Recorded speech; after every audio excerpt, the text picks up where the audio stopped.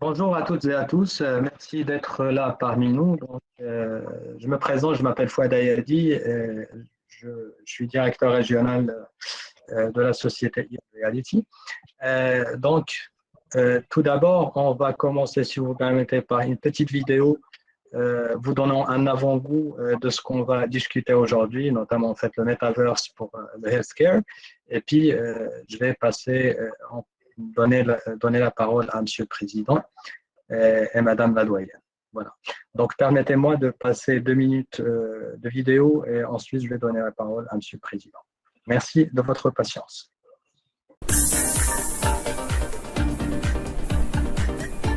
Welcome to the EON Metaverse Builder, where you'll be able to create entire metaverse worlds consisting of multiple objects and environments. Begin your creation journey by selecting your very own custom avatar. You can select from a bank of avatars that have been previously configured and saved to your profile. Design, edit, personalize the appearance of your avatar from an assortment of physical traits. You'll begin your journey by creating your very own world. You could access multiple libraries within the EON platform, select assets which can be scaled to size, and quickly move on to new assets as you place and arrange the assets in your very own learning environment. You can use a keyword search or say a voice command. It will capture that word and search the various libraries, including Sketchfab.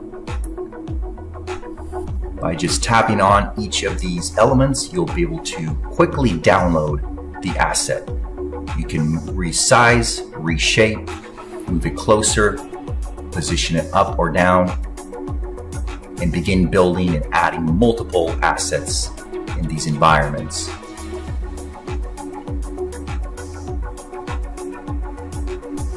As soon as you have your metaverse world built, you'll be able to start working with each asset by adding knowledge portals and content relevant to the asset that you are working with.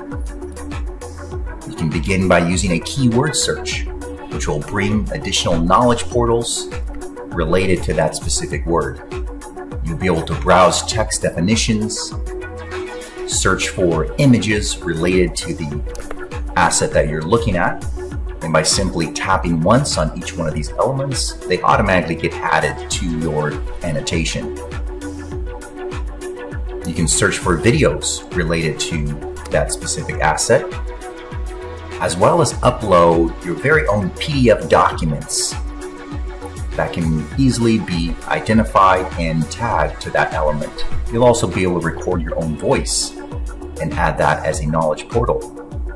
As you can see, you can expand the knowledge portals out, play the videos back in these modalities. In text-to-speech, you'll be able to select audio output in over 49 different languages and select multiple voice types. An anesthesia machine is a medical device typically used to administer inhalation anesthesia. Una máquina de anestesia es un dispositivo médico que se usa para generar. Das Narkosegerät, welches zum Narkosearbeitsplatz gehört. You'll also have the tool called the AI search component, where you'll be able to take a picture of the asset that you're working with. Using Bing technology, this will bring back visual matches of the device that you are working with. You'll be able to browse an assortment of visual matches, select that one that fits the model that you're working with. And these images will lead you to a much more refined, precise keyword search, which you'll be able to use to further add additional knowledge portals right into the model that you're working with.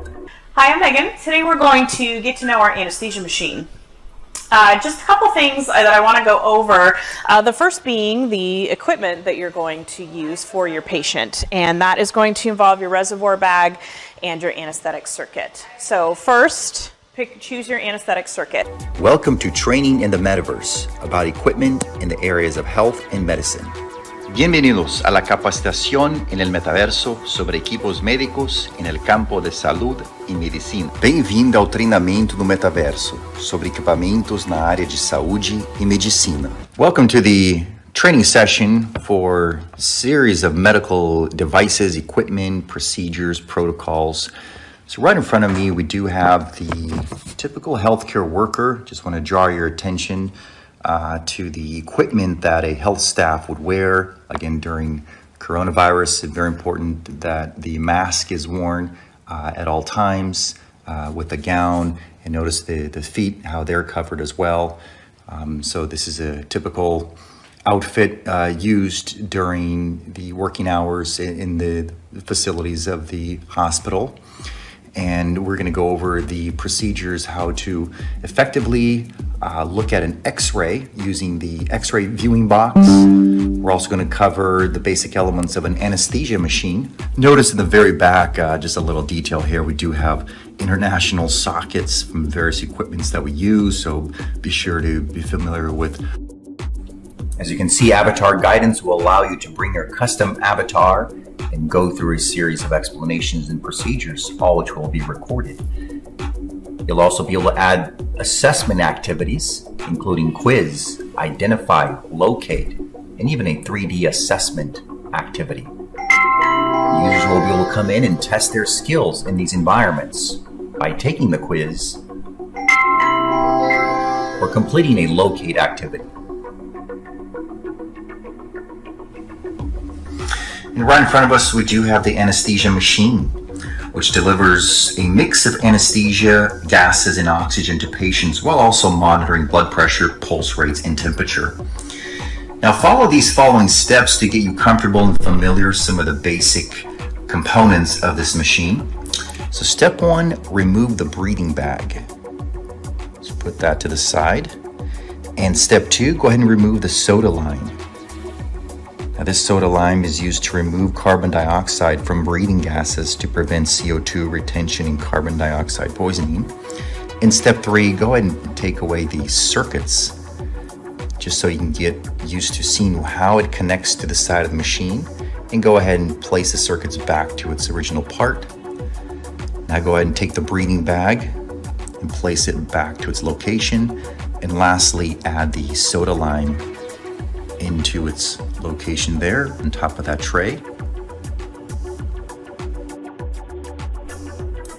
After completing your 3D assessment, you'll be able to track performance in a performance summary report showing a spider chart, which includes completion rate, incorrect steps, target time, your time, with an overall score. You'll be able to caption your lesson preview in a screen recording tool, which will also allow you to share the screen recording via social media. Hopefully you enjoyed this brief demonstration of the Metaverse Builder. Oui, bien sûr. Donc, merci d'être patient avec nous. Merci d'être là parmi nous aujourd'hui, nous avoir accordé votre temps. Donc, tout de suite, je vais donner la parole à Monsieur le Président de l'Université Mohammed VI des sciences de la santé, professeur Chakib NEJJARI. À vous la parole. Très bien, merci beaucoup. Je voudrais, honorable assistant, chers amis, chers collègues, d'abord je voudrais vous dire combien personnellement je suis honoré, sincèrement très honoré de pouvoir participer à... Bonjour tout le monde. Chers amis, chers collègues, honorable assistance, je voudrais vous dire d'abord combien je suis honoré et combien je suis privilégié de participer à l'ouverture de ce colloque virtuel, de ce webinaire extrêmement important qui traite d'une thématique complètement d'actualité, mais une thématique aussi d'avenir qui a déjà et qui va révolutionner la santé ici au Maroc et ailleurs. Je voudrais en profiter pour féliciter tous les organisateurs et d'abord les initiateurs de ce webinaire. Donc, je voudrais vraiment les féliciter du fond du cœur et vous dire combien l'université est heureuse de participer à ce colloque virtuel, colloque organisé, comme vous le savez, par la Société marocaine de santé digitale, par l'ENSAM,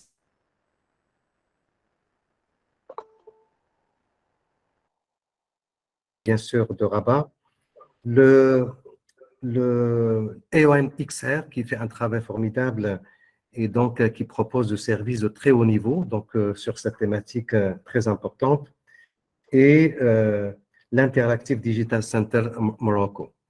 Alors, comme vous le savez, la santé digitale, la réalité augmentée, la métaverse, la réalité virtuelle sont des techniques aujourd'hui utilisées dans de très, très nombreuses applications dans le domaine médical, dans le domaine de la santé. Bien sûr, moi, je parle d'abord aujourd'hui en tant qu'enseignant dans une université. Les applications sont extrêmement nombreuses, d'abord pour la pédagogie, pour la formation de nos étudiants. Et donc, c'est quelque chose aujourd'hui qui nous paraît peut-être un luxe, entre guillemets, mais qui va devenir sûrement très, très rapidement un outil pédagogique essentiel, important pour nos étudiants. Aussi, ces outils, comme vous le savez, sont importants pour la recherche. Et on a vu aujourd'hui, y compris les innovations thérapeutiques les plus récentes, même la découverte de vaccins et autres, s'appuie de plus en plus sur ces techniques de réalité virtuelle qui sont des techniques très, très importantes. Et bien sûr, la pratique médicale, et je parle aujourd'hui, on n'est pas même pas dans le domaine de la recherche, la pratique médicale est en train d'être révolutionnée par ces techniques et on le voit de plus en plus, des interventions chirurgicales qui sont effectuées sur des modèles théoriques avant qu'elles soient implantées chez l'individu, entre autres. Et on a vu aujourd'hui des interventions chirurgicales faites, que ce soit en Europe, aux États-Unis ou en Asie, qui s'appuient énormément sur la réalité virtuelle. Et bien sûr, un pays comme le Maroc et d'autres pays ne peuvent pas se passer de ces technologies qui sont des technologies très, très importantes. Enfin, je voudrais donc, une fois, vous remercier sincèrement d'associer l'Université Mohammed VI des sciences de la santé à cette initiative. Et je voudrais exprimer mes remerciements aux collègues de notre université, aux autres collègues, donc pour ce travail formidable qu'ils font. Et je voudrais exprimer mon engagement total personnellement et l'engagement de l'Université Mohammed VI avec la collaboration, bien sûr, ici au niveau national, au niveau international, avec les amis, les collègues de l'ENSAM, avec la Société marocaine de santé digitale, avec EON et avec d'autres acteurs pour aller de l'avant et pouvoir simplement faire bénéficier nos étudiants, nos patients, notre système de santé de ces technologies très, très importantes. Merci encore à tous et je pense que c'est le premier webinaire qui va être suivi, bien sûr, d'un certain nombre d'actions beaucoup plus tard. Merci encore. Absolument, vous avez tout à fait raison. Merci beaucoup, Monsieur le Président. Nous en sommes honorés. Je pense que tout le monde est d'accord sur l'intérêt de ces technologies pour la révolution numérique dans le domaine en fait, de la santé en général. Donc, je pense que nous allons continuer. N'est-ce pas, professeur Najib? Oui, donc on va continuer avec le prochain. Donc, on va demander à professeur Oulbecha, s'il est parmi nous, pour donner son mot au nom de la faculté de médecine de l'Université Mohammed VI des sciences de la santé. Sinon, on passe à professeur AHID, Samir, doyen de la faculté de pharma de l'Université Mohammed VI des sciences de la santé. Professeur AHID, est-ce que vous êtes avec nous? Oui, vous m'entendez? Oui, bien sûr. La parole est à vous, professeur. Très bien. Merci beaucoup, professeur Najib Idrissi. Donc, à mon tour de vous remercier de m'avoir associé à ce webinaire auquel je porte beaucoup d'intérêt. Donc, en matière d'innovation, notamment dans la santé digitale. Je me présente, donc professeur AHID Samir, donc je suis doyen de la faculté de pharmacie à l'Université Mohammed VI des sciences de la santé et j'ai toujours beaucoup de plaisir de travailler avec mon ami Najib Idrissi qui m'a toujours habitué à des thématiques innovantes et là je me réjouis vraiment de faire partie des personnes qui vont participer et assister et suivre ce webinaire qui pour moi est quelque chose de vraiment très innovant dans le sens où dans le domaine de la pédagogie, justement, on essaye de multiplier les outils d'apprentissage pour nos étudiants et donc avec les enseignements théoriques, avec les travaux pratiques. Je crois que vous voyez ça dans la partie pharmacie, la partie chimie, etc. Il y a aussi la partie digitale et puis tout ce que vous êtes en train de nous présenter est pour nous quelque chose vraiment de très, très important puisque nos étudiants en pharmacie, au même titre que les étudiants en médecine qui devraient aussi s'impliquer dans ces nouvelles méthodes digitales pour apprendre mieux avec moins de, ce qu'on appelle dans le langage de pharmacologie, moins d'effets indésirables et donc moins de casse. et plus d'apprentissage. Et puis aussi, ça a un intérêt qui est aussi très, très important sur le plan aussi économique, puisque ça permet aussi à une série d'étudiants d'apprendre, de maîtriser le geste, de maîtriser l'acte, sans qu'il y ait beaucoup de dépenses, pour parler un petit peu du langage un peu efficience. Donc, je suis vraiment très ravi de suivre cette formation et je vous félicite vraiment pour l'initiative et je félicite la Société marocaine de la santé digitale et à sa tête M. RHALEM Wajih pour cette initiative que j'espère va se perpétuer de plus en plus avec, et ça je crois qu'on l'avait vu ces derniers temps avec la pandémie, avec le développement qui est de plus en plus rapide de la simulation, et certainement on sera amené dans un futur très très très très rapide et très proche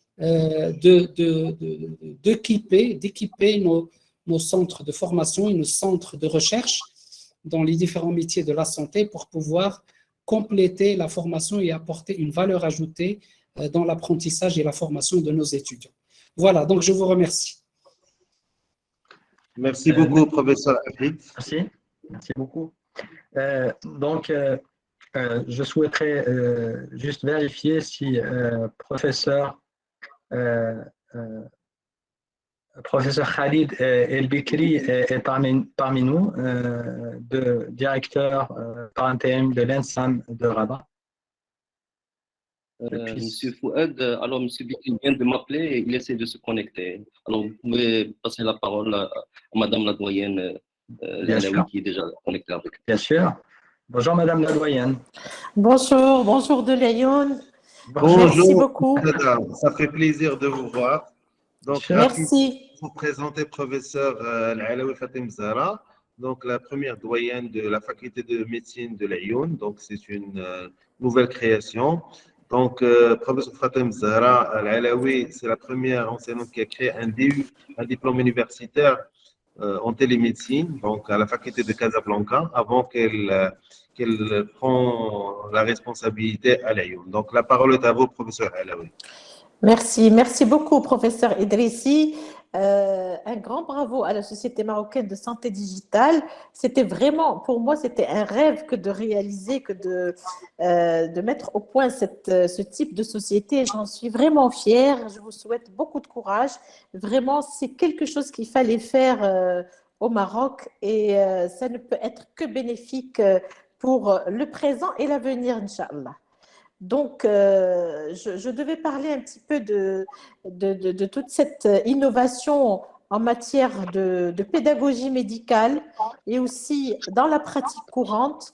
Ce que je peux dire, c'est que nous n'avons pas le droit de laisser passer ce genre d'innovation pour aller de l'avant. Nous savons très bien qu'au Maroc, nous sommes en train de rattraper un temps perdu par rapport à tout ce qu'on a comme insuffisance médicale et c'est le moment de justement prendre cette initiative pour aller de l'avant et gagner un petit peu tout ce retard qu'on a donc cumulé depuis plusieurs années. La télémédecine, la santé digitale, la réalité augmentée, ce sont disons, des méthodes qui vont nous permettre d'aller très très vite et d'aller de l'avant, combler les déserts médicaux, pallier aux problèmes de ressources humaines, surtout au niveau pédagogique et au niveau académique. Et ça, on le sent malheureusement tous les jours. J'ai oublié de me présenter aussi en tant qu'enseignante à l'Université Mohammed VI des sciences de la santé, que je remercie beaucoup parce que c'est grâce vraiment à ce passage-là à l'université que j'ai vraiment beaucoup appris dans ce domaine-là, dans ce domaine de la télémédecine, où il y a eu les premières expériences pilotes de téléconsultation au niveau de l'université.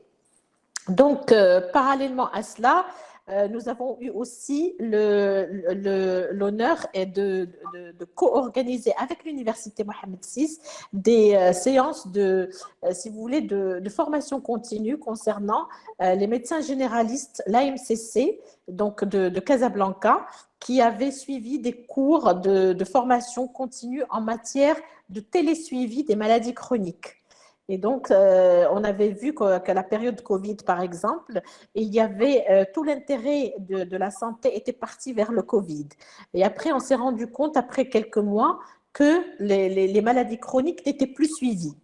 Et c'est là où on s'est dit le rôle aussi du télésuivi, de la téléconsultation pour éviter justement aux patients qui sont immunodéprimés, par exemple, de venir à l'hôpital avec un risque d'infection par la COVID-19. Donc, ça a été une très belle expérience. Aussi, je peux vous dire qu'au niveau de la décision, au niveau de la volonté politique, elle y est, puisque pas plus tard qu'hier, il y a eu signature, donc, et j'avais l'honneur aussi d'être présente, signature du contrat programme de la refonte du système de santé au Maroc. Et dans ce contrat programme, le ministre de l'Enseignement supérieur a réservé une grande enveloppe budgétaire pour l'achat de produits, donc de toute méthode et de matériel de simulation médicale, et notamment dans le sens aussi de la réalité virtuelle. Par exemple, moi-même, j'ai l'intention, donc je vais commander un appareil qui va servir à l'échographie, réalité virtuelle en matière d'échographie. Donc, c'est un gros appareil de gros budget qui vont nous permettre ici même de réaliser cette formation continue chez les médecins.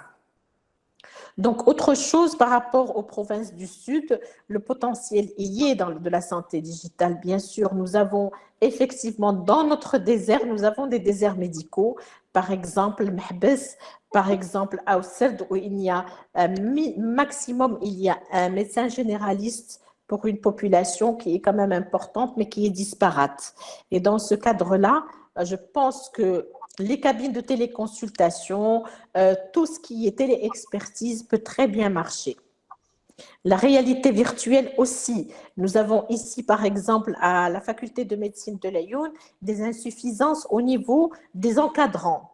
Et donc, les encadrants, il va y avoir des soucis par rapport à l'apprentissage, au niveau pédagogique et au niveau aussi training, au niveau des stages. Le terrain des stages est devenu de plus en plus réduit. En plus de ça, le manque aussi de ressources humaines qui vont permettre de faire l'encadrement.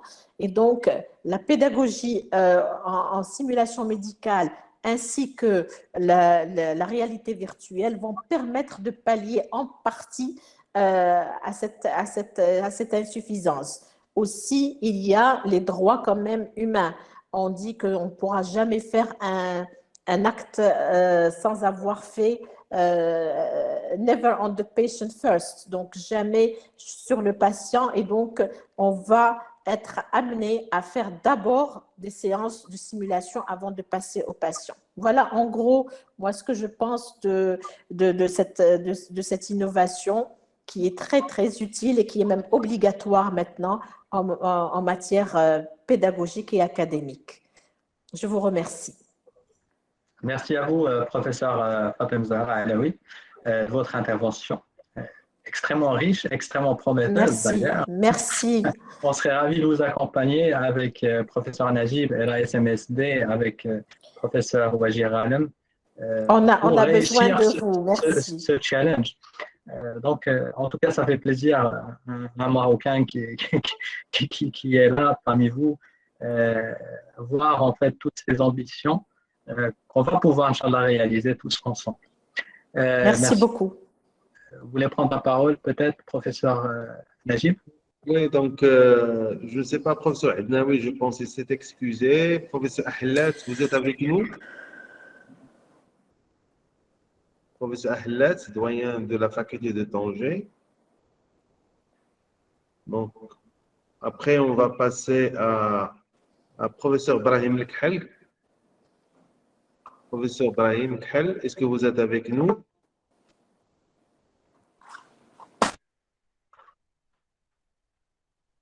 Professeur EZZIYYANI Mostafa.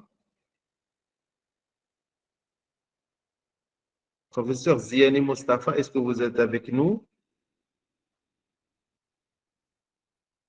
Après, on passe à professeur Saïdi, je l'ai vu tout à l'heure, s'est connecté. Donc, professeur Saïdi qui nous a honoré la dernière fois avec une réunion en ligne pour discuter la collaboration avec la Société marocaine Santé digitale. On a discuté pas mal de choses et surtout l'idée de commencer avec des programmes de formation, donc prochainement, Inch'Allah. Et professeur ALAOUI, Fatima Zahra, elle est déjà partante dans ce sens. On peut commencer avec les provinces du Sud. Donc, Inch'Allah, donc, professeur Saïdi, est-ce que vous êtes là? Oui, oui, oui. Je ne sais pas si vous m'entendez. Oui, bien on sûr. arrive à vous entendre. Professeur Saïdi, ça fait plaisir. Hein. Le plaisir est partagé. Donc, je tiens tout d'abord à féliciter tous les organisateurs pour cette excellente initiative. Je vais parler, si vous permettez, rapidement des activités du centre digital interactif.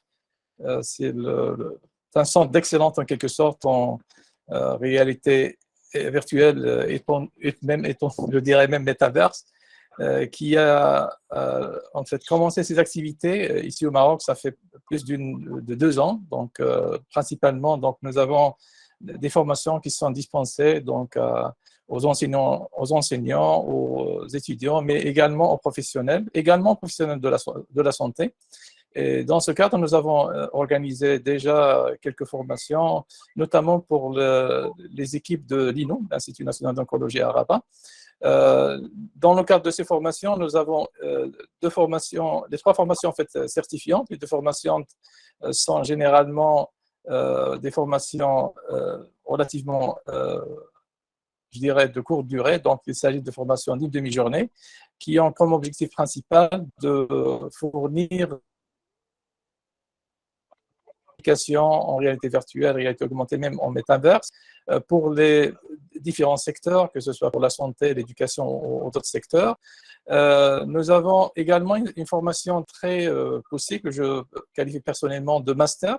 C'est une formation qui se déroule sur 6 mois, avec 3 mois de formation théorique, mais aussi avec des travaux pratiques, des activités pratiques, mais suivies de 3 mois de projet dans le cadre d'un stage avec un partenaire. D'ailleurs, dans le cadre de ce stage, on a eu plusieurs projets avec différentes facultés de médecine, également avec des hôpitaux, plus particulièrement avec la faculté de médecine dentaire, avec laquelle les étudiants ont développé un prototype didactique en réalité virtuelle pour l'enseignement de l'orthodontie.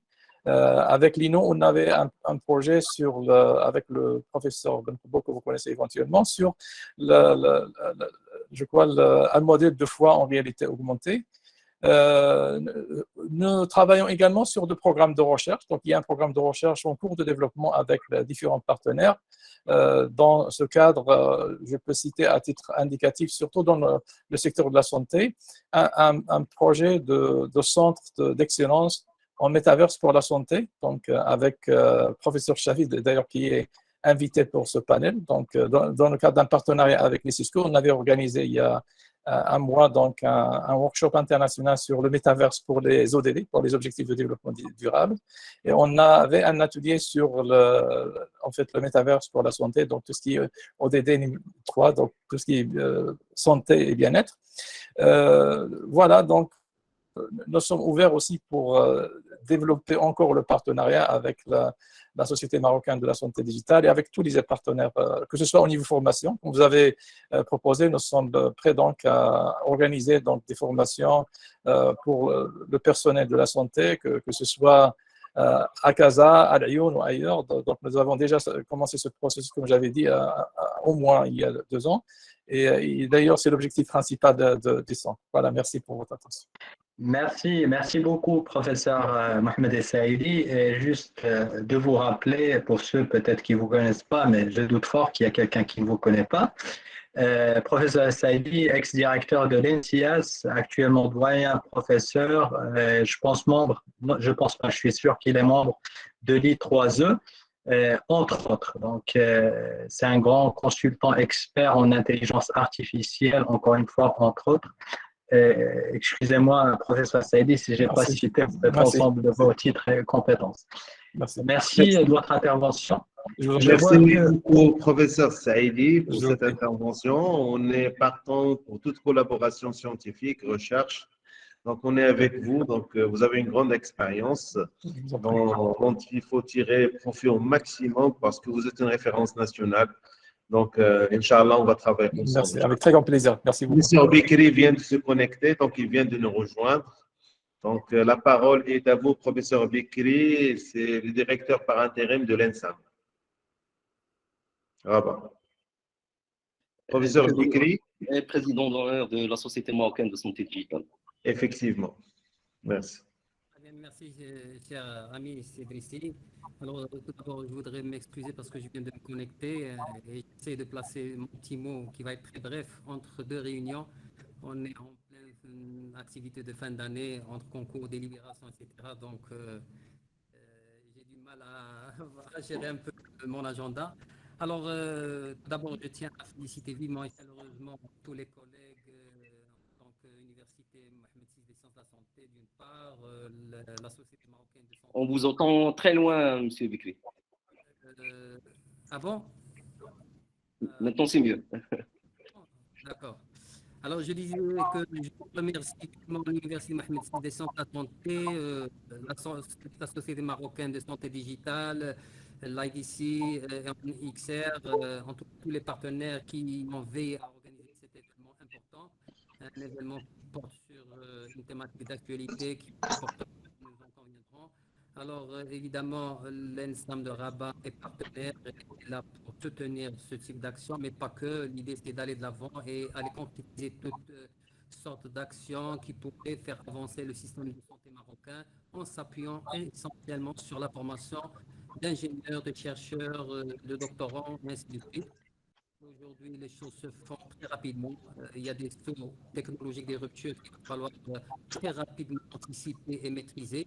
Et ça ne peut se faire que si on s'unit tous autour d'une table et voir quel plan d'action on doit mener pour mener à bien sûr, notre action. Et tout passe évidemment, comme je viens de dire, par la formation. Alors, ce webinaire, évidemment, il témoigne également notre volonté de créer une synergie entre l'ingénierie large du mot, l'ingénierie digitale et les sciences de la santé. Alors, par ce type d'événement scientifique, nous tenons aussi à mettre en œuvre, on va dire, les recommandations et orientations qui ont émané de la 14e session plénière, je le rappelle, de l'Académie Hassan des sciences techniques depuis 2019, sous le thème ingénierie et médecine au service du diagnostic, de la prévention et de la thérapie. Qui était en fait une occasion pour, il faut le dire, qui a permis de passer en revue quelques grandes avancées en recherche et pour débattre des perspectives de développement de ce domaine-là au Maroc. Et donc, évidemment, juste après, nous, en tant qu'ENSAM, nous avons organisé deux grands événements, intelligence artificielle au service de l'oncologie, mais aussi un symposium sur la santé digitale. Donc ça, c'est une initiative justement pour regrouper et constituer un réseau justement pour débattre et voir ce qu'on peut faire tous ensemble entre d'une part et ingénieurs d'autre part pour avancer dans le domaine de la santé digitale. Et donc toujours dans cette lancée, on vient pour avancer, on vient cette semaine adopter au niveau de l'université, après avoir aussi discuté au niveau du conseil d'établissement, la création d'un département en ingénierie des technologies de la santé. Un nouveau département justement qui va regrouper tous les collègues qui travaillent dans ce domaine-là. Et donc c'est... Monsieur BIKRI, on vous entend loin, si vous pouvez vous approcher du micro, ça serait... Ça va? Une bonne chose. Alors je disais au niveau de l'ENSAM Rabat, on vient d'adopter un projet de création d'un département qu'on a nommé ingénierie des technologies de la santé, qui regroupe des collègues qui travaillent dans le domaine entre génie électricien, entre informaticiens, biologistes et ainsi de suite. Et donc, il vient justement regrouper donc, ces compétences autour de la filière génie-biomédicale, la filière India, ingénierie numérique en data science et intelligence artificielle, et donc aussi la physique médicale. Donc, les technologies aujourd'hui qui sont mises en œuvre dans le domaine de la santé, les technologies qui vont essentiellement aider à former des ingénieurs, des compétences requises pour justement les préparer à ce nouveau champ disciplinaire qui émerge et on le voit, on le constate de jour en jour. Alors tout cela, bien sûr, il est combiné avec aussi le centre de recherche que nous avons domicile depuis 2017 2017 en ingénierie et la santé. Et donc, nous, c'est pour mettre en place des équipes qui sont dans ce domaine. Alors, la réalité virtuelle est augmentée avec la métaverse, c'est des choses aussi qui sont nouveaux, qui font peur. Mais quand ils font peur pour nous qui sommes habitués à ce domaine, qui relève, on va dire, il y a quelques temps de la science-fiction. Aujourd'hui, je pense que c'est une réalité. C'est des choses qu'il va falloir intégrer progressivement dans nos formations, dans le cursus. Ça passe nécessairement par la formation des équipes pédagogiques. Et je pense que si ESSAAIDI, on a eu déjà une petite réunion ensemble, justement pour mettre ça en place à travers la certification des étudiants, mais au-delà aussi la certification des enseignants dans ce domaine-là. Et on est tous prêts, je pense, en tant qu'établissement, l'Université Mohammed VI, licence à santé, à travers les différentes facultés qui recourent dans ce domaine, à créer des centres de réalité virtuelle augmentée, justement pour, on va dire, démocratiser ces technologies pour qu'elles puissent être maîtrisées par tout le monde et voir comment mettre tout ça à profit de la formation et aussi former des ingénieurs dans ce domaine-là. Donc voilà, c'est ce que je voulais vous communiquer à travers mon intervention. Je suis désolé d'être un peu bref. Et puis voilà, donc je souhaite une bonne continuation pour la suite. Et on est là prêt à collaborer sérieusement sur cette thématique. Et je vous souhaite à tous. Merci, professeur Khalid BIKRI, pour votre intervention. C'est extrêmement intéressant ce que vous faites à l'ENSAM, de toute façon depuis toujours. Et très récemment, j'étais très ravi d'apprendre que vous avez créé tout un département pour l'ingénierie dans la santé. C'est extrêmement intéressant. J'aurais peut-être, je vais devoir refaire mon diplôme dans cette spécialité. Alors, on passe à la suite. Je pense que j'ai entrevu professeur EZZIYYANI, Mostafa EZZIYYANI, n'est-ce pas, professeur Najib? Oui, je suis parmi nous. Oui, je suis avec vous. Professeur EZZIYYANI, donc, merci. Marhaba, vous êtes le bienvenu, donc, qui est responsable du pôle à l'Université de Djibouti, donc Banque mondiale. Donc, professeur EZZIYYANI Mostafa, la parole est à vous. Merci, cher professeur, cher ami, chers collègues. Je suis vraiment très honoré d'être parmi vous aujourd'hui. Et surtout, je retrouve ce qu'on appelle retrouvailles, si vous voulez, avec mon cher ami, cher collègue ESSAAIDI, et bien sûr, autrement, monsieur IDRISSI, monsieur Khalid BIKRI, monsieur Wajih et tout le monde. Je suis vraiment très content d'être parmi vous aujourd'hui. Et c'est un événement extrêmement important. C'est normalement, c'est pas étrange sur les activités de l'école, l'ENSAM, surtout lorsqu'il est chapeauté par monsieur Khalid BIKRI, qu'il a pas mal des activités dans ce sens, surtout lorsqu'il a donné l'importance à la santé digitale. Et actuellement, donc, normalement, il a donné un coup de pouce depuis des années dans ce domaine. Surtout, j'avais l'honneur de participer dans d'autres activités dans ce domaine, mais je crois que c'est le temps pour, voilà, bien sûr, se préparer. Pardon, je suis désolé. Hein. Il y a juste. Est-ce que vous entendez très bien? On vous entend aussi. Très bien, merci. Voilà, donc j'aimerais bien le dire comme quoi que nous sommes très contents de faire une relance dans ce domaine, surtout de ce qu'on appelle la santé digitale. Et d'ailleurs, suite à la pandémie Covid, nous avons senti comme quoi c'est le moment de donner plus d'importance, soit au niveau de la recherche, mais juste, c'est pas de la recherche, recherche fondamentale, mais ce qu'on appelle recherche appliquée. Et d'ailleurs, à l'idée de la création d'une filière spécialisée dans ce domaine, dans une école d'ingénieurs, c'est une idée extrêmement importante dont nous avons plusieurs types de coopération à l'échelle internationale. Et je cite l'exemple de Houston University, dont j'avais l'honneur de visiter plusieurs centres de recherche dans ce domaine quand j'étais avec M. ESSAAIDI.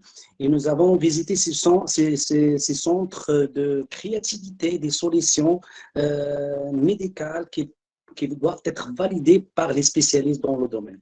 Et d'ailleurs, maintenant, l'idée, elle est là. Maintenant, si jamais je pars, la visite, elle était maintenant plus de 10 ans. Et ne sommes pas en retard, mais il faut qu'on commence. Parce que surtout dans ce domaine, il y a pas mal des challenges à mettre en place. Surtout, d'abord, les laboratoires ne sont pas ne sont pas très bien adaptés. Il faut les adapter. La philosophie de la recherche qui a été effectuée par les laboratoires, moi-même en tant que chercheur, ne sont pas très bien adaptés à l'ère de ce qu'on appelle recherche, développement et la pratique. Dans le domaine, il faut faire appel à des spécialistes, bien sûr, dans le domaine, et pour faire des solutions qui sont adaptées, bien sûr, ce qui m'intéresse, bien sûr, ce qui m'intéresse comme thème, Made in Morocco. Made in Morocco actuellement, donc sur tous les volets, et plus particulièrement dans le domaine de santé, c'est le moment, et avec les perspectives de l'association qui est normalement présidée par M. Wajih, normalement, c'est le moment pour se relancer et se prolonger dans ces types de projets de recherche. Quand on parle d'abord des projets de recherche appliqués à domaine de santé, c'est vrai, donc il y en a des avancées à l'échelle internationale pour les pays développés.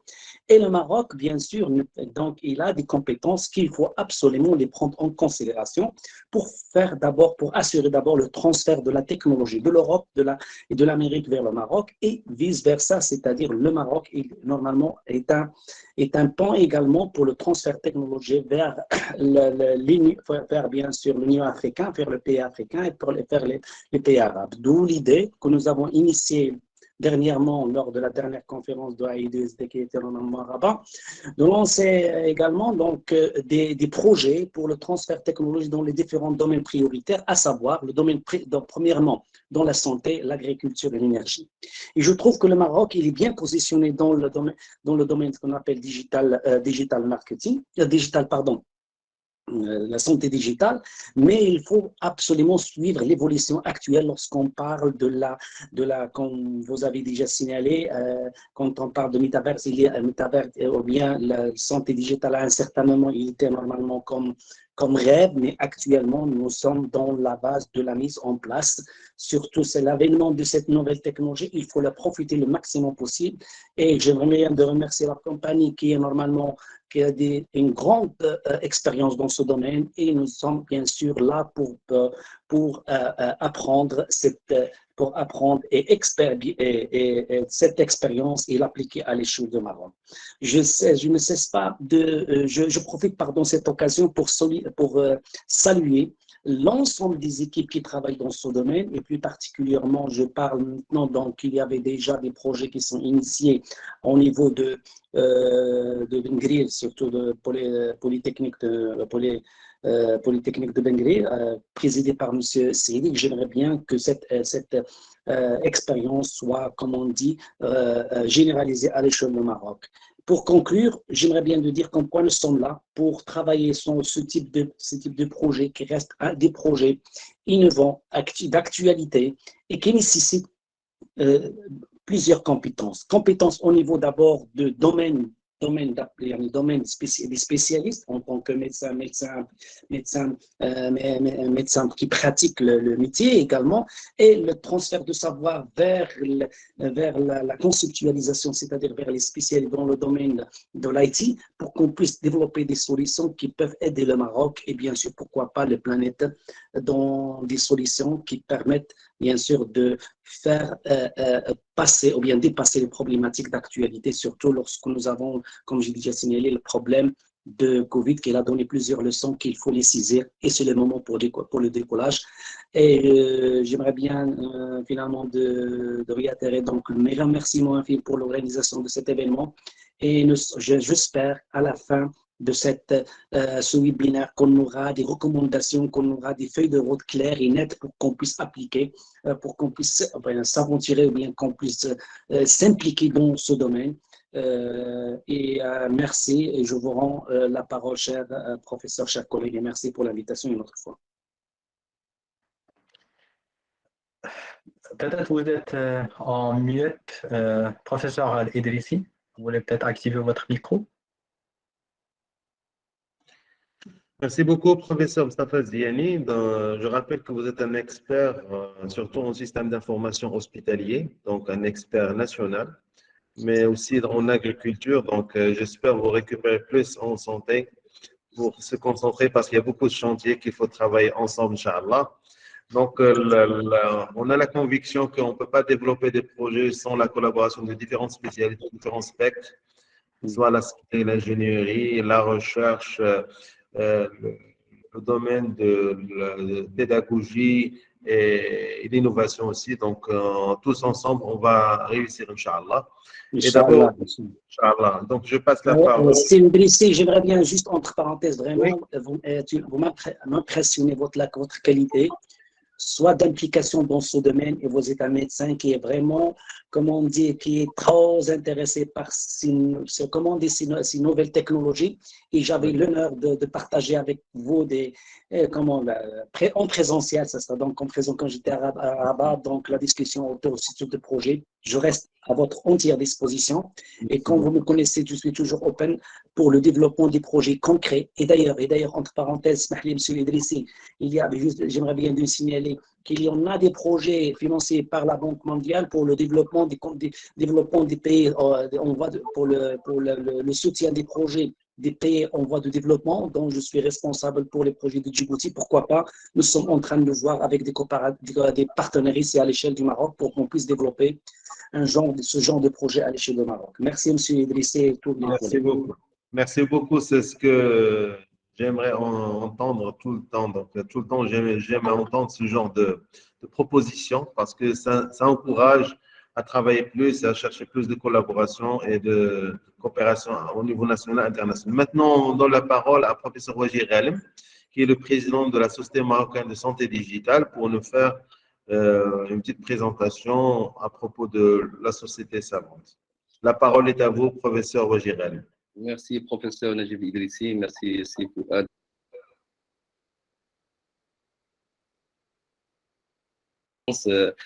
Monsieur le Président, chers doyens, Monsieur le Directeur, chers professeurs, chers étudiants, doctorants, chère audience, chacun a sa qualité. Alors, c'est un grand honneur pour nous aujourd'hui d'organiser cet événement qui met l'accent sur le rôle de la réalité augmentée, de la réalité virtuelle, de la métaverse dans le domaine de la santé. Ça, c'est notre premier objectif. Mais le deuxième objectif pour nous, c'est également de présenter nos réalisations, nos points forts de recherche, notre équipe de recherche, notre société savante, afin de dénicher les éventuelles collaborations, principalement sur le domaine de la réalité augmentée, la réalité virtuelle et la métaverse.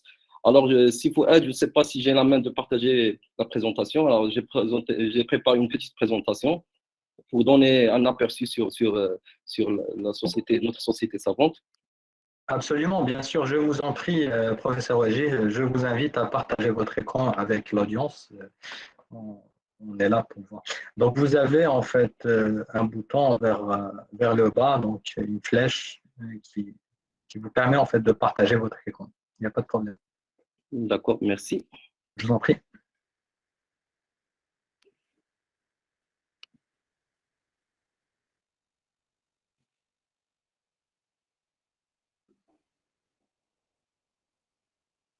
C'est en cours. C'est bon, oui. On voit votre écran. Professeur Wajih, allez-y. Je n'arrive pas encore à la voir. Votre connexion est plus rapide que la mienne. Votre écran, on le voit. Donc, si vous voulez partager quoi que ce soit, on va pouvoir le... Oui.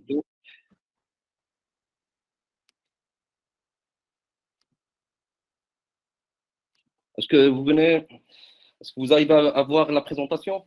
Oui, contexte de création de la société. Donc, oui, alors, avant de parler de notre société savante, j'aimerais bien mettre l'accent sur le contexte de création de la Société marocaine de santé digitale, qui est nouvellement créée. Elle a été créée en 2021 et officialisée en 2022.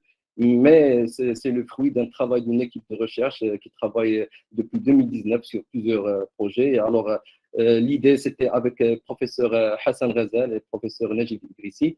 Alors, pour le contexte, comme je vous ai dit, alors ça a commencé avec une équipe de recherche en santé digitale. C'est une équipe de recherche pluridisciplinaire et surtout complémentaires qui relèvent de plusieurs organismes, à savoir l'École nationale supérieure d'art et métiers, à l'époque ça s'appelait l'ENSET Rabat, l'Université Mohammed VI des sciences de la santé, et je tiens à remercier le directeur de l'ENSAM Rabat et monsieur le président de l'IM6 pour le soutien qu'ils nous ont accordé, sachant qu'ils sont toujours avec nous, ils nous aident d'une manière inconditionnelle. Alors, les autres organismes, c'est l'Institut Pasteur de Maroc et le Centre national de la recherche scientifique et technique. Alors, parmi les activités de la société, de notre équipe de recherche qui a constitué après la Société marocaine de santé digitale. Alors, comme l'a évoqué tout à l'heure monsieur le directeur, on a organisé plusieurs événements, nous les membres de la Société marocaine, à l'ENSAM, sachant que le directeur de l'ENSAM est également un membre fondateur de notre société. Il est le président de notre société savante. Alors, je vais me concentrer juste sur les événements phares qui ont marqué notre parcours pour la réalisation de la société savante. Alors, on a organisé la première journée nationale sur l'intelligence artificielle en oncologie avec des partenaires qui travaillent dans le domaine de la santé, à savoir l'Institut de recherche sur le cancer, l'Université Euromed de Fès, l'Agence de développement digital qui a été représentée par son directeur général adjoint, le président du CNDP et le président de l'Université Mohammed VI des sciences de la santé. Alors, cet événement a été couronné par la création et le lancement du premier réseau national en oncologie avec le département d'oncologie médicale qui relève de l'IMO avec M. Hassan Rehani. Alors, le deuxième événement, il a été également mentionné tout à l'heure dans l'allocution de M. BIKRI. Alors, c'est un symposium qui a été organisé par l'ENSAM de Rabat en collaboration, en concertation avec les départements dont relèvent nos équipes de recherche. Alors, cet événement a été présidé, j'avais l'honneur de le présider moi-même avec M. Hassan Razel, qui est le premier vice-président de la Société marocaine de santé digitale. Et le comité scientifique est composé également des membres de notre société savante.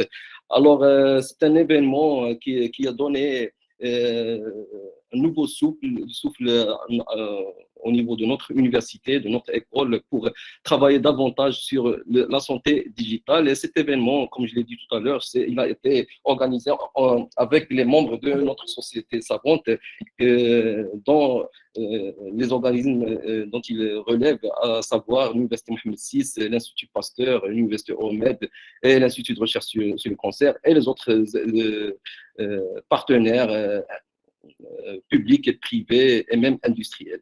Alors, c'est une vocation pour nous. Alors, on essaie toujours de s'ouvrir sur l'industrie parce que c'est eux qui créent le besoin et c'est à nous de les accompagner dans la réalisation et le développement dans le cadre de recherche et développement.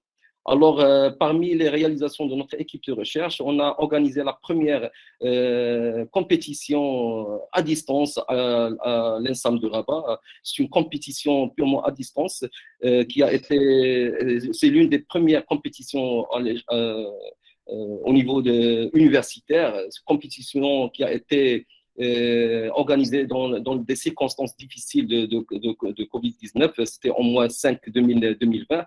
Alors, cette compétition avait pour objectif de pousser les étudiants à innover, à créer leur propre projet et également de penser à être créatifs et devenir des ingénieurs entrepreneurs. Alors, d'autres compétitions, on a organisé le 23 juin 2021, l'année précédente, une première compétition que nous souhaitons qu'elle soit organisée annuellement avec les autres partenaires, nos partenaires, l'Université Mohammed VI et autres. On a également organisé un appel à communication le même jour, une compétition pour les chercheurs, une compétition pour les porteurs de projets, les ingénieurs et élèves ingénieurs qui souhaitent devenir des entrepreneurs. Alors, c'était des porteurs de projets. Ces porteurs de projets ont été accompagnés par des professeurs de plusieurs organismes comme l'Euromed, l'Université Euromed, l'Université Mohammed VI des sciences de la santé. Et les premiers primés ont reçu des chèques pour la réalisation de leurs prototypes, sachant que la plateforme technologique de l'ENSAM Rabat était à leur disposition pour la réalisation de leurs prototypes. Et comme je vous ai dit, Alors, c'est une occasion, une opportunité pour inciter les jeunes ingénieurs à innover et devenir des porteurs de leurs propres projets. Alors, on a reçu beaucoup de projets, une trentaine de projets et une trentaine d'appels à communication. Alors, ça, ce qui concerne les événements scientifiques et les activités scientifiques que notre équipe de recherche a pu organiser. Alors, concernant les contributions scientifiques de notre équipe de recherche, on peut dire qu'ils sont catégorisés sous 3 axes de recherche. Le premier, c'est qui concerne le développement des algorithmes intelligents et d'analyse des séquences d'ADN et d'ARN dans le domaine de bioinformatique, de métagénomique, dans des domaines de recherche ayant une relation avec la génétique principalement. Alors, le deuxième axe concerne l'automatisation des procédures d'analyse d'imagerie radiologique. On a développé nos propres algorithmes, nos propres solutions techniques qui ont donné satisfaction et qui ont fait l'objet de plusieurs publications scientifiques. Et le troisième axe, c'était l'analyse tridimensionnelle des molécules. Et les cas qu'on a étudiés, puisque ça coïncidait avec la pandémie de Covid-19, alors on a travaillé sur les molécules de Covid-19, SARS-CoV-2. Alors, concernant le premier axe, c'est le développement des algorithmes intelligents. Alors, j'essaierai d'être très bref parce que ce n'est pas une présentation scientifique, mais c'est juste pour donner un aperçu sur nos réalisations. Alors, le premier concerne la réalisation des algorithmes qui sont basés sur le principe de la reconnaissance de forme. Ce sont nos propres algorithmes, ce sont des algorithmes effectués par une équipe de chercheurs marocains. Et ces algorithmes ont été appliqués sur plusieurs domaines de compétences, à savoir l'analyse des électrophorogrammes qui émanent des séquenceurs de nouvelle génération, les NGS, sur les séquences d'ADN. On a travaillé également sur la détection des mutations et les maladies génétiques. On travaille toujours sur l'optimisation d'analyse des électrophorogrammes. C'est un besoin qui a été identifié par l'Institut de recherche, plutôt par l'Institut Pasteur de Maroc. Et les réalisations ont donné une grande satisfaction à notre partenaire, l'Institut Pasteur de Maroc. Alors, la deuxième mission, on travaille toujours sur l'amélioration de nos solutions qui concernent l'analyse tridimensionnelle du virus. Alors, dans ce sens, il convient de mentionner qu'on a publié des articles qui ont fait l'objet de chapitres de livres et articles scientifiques. Alors, l'objectif de ce travail, c'est développer des algorithmes pour l'analyse tridimensionnelle des virus et qui va nous permettre d'identifier les zones d'interaction entre les cellules humaines ACE2 et le spike du virus SARS-CoV-2. Alors, brièvement, on a développé notre propre algorithme qui est basé sur l'intelligence artificielle. Notre propre algorithme, pourquoi? Parce qu'on a apporté des modifications sur des algorithmes déjà existants qu'on a pu obtenir grâce à notre équipe de recherche et un doctorant, Sori Milimino, qui est si présent avec nous, en collaboration avec professeur Belarbi et professeur Hassan Ghazal et également d'autres professeurs, Chakib NEJJARI, oui, effectivement, Chakib NEJJARI, Najib IDRISSI et professeur Silviu. Alors, pour la participation aux appels à projets, c'est l'une des outils de travail. Pourquoi? Parce que c'est notre source, c'est le carburant, c'est grâce aux participations aux appels à projets qu'on peut financer les doctorants.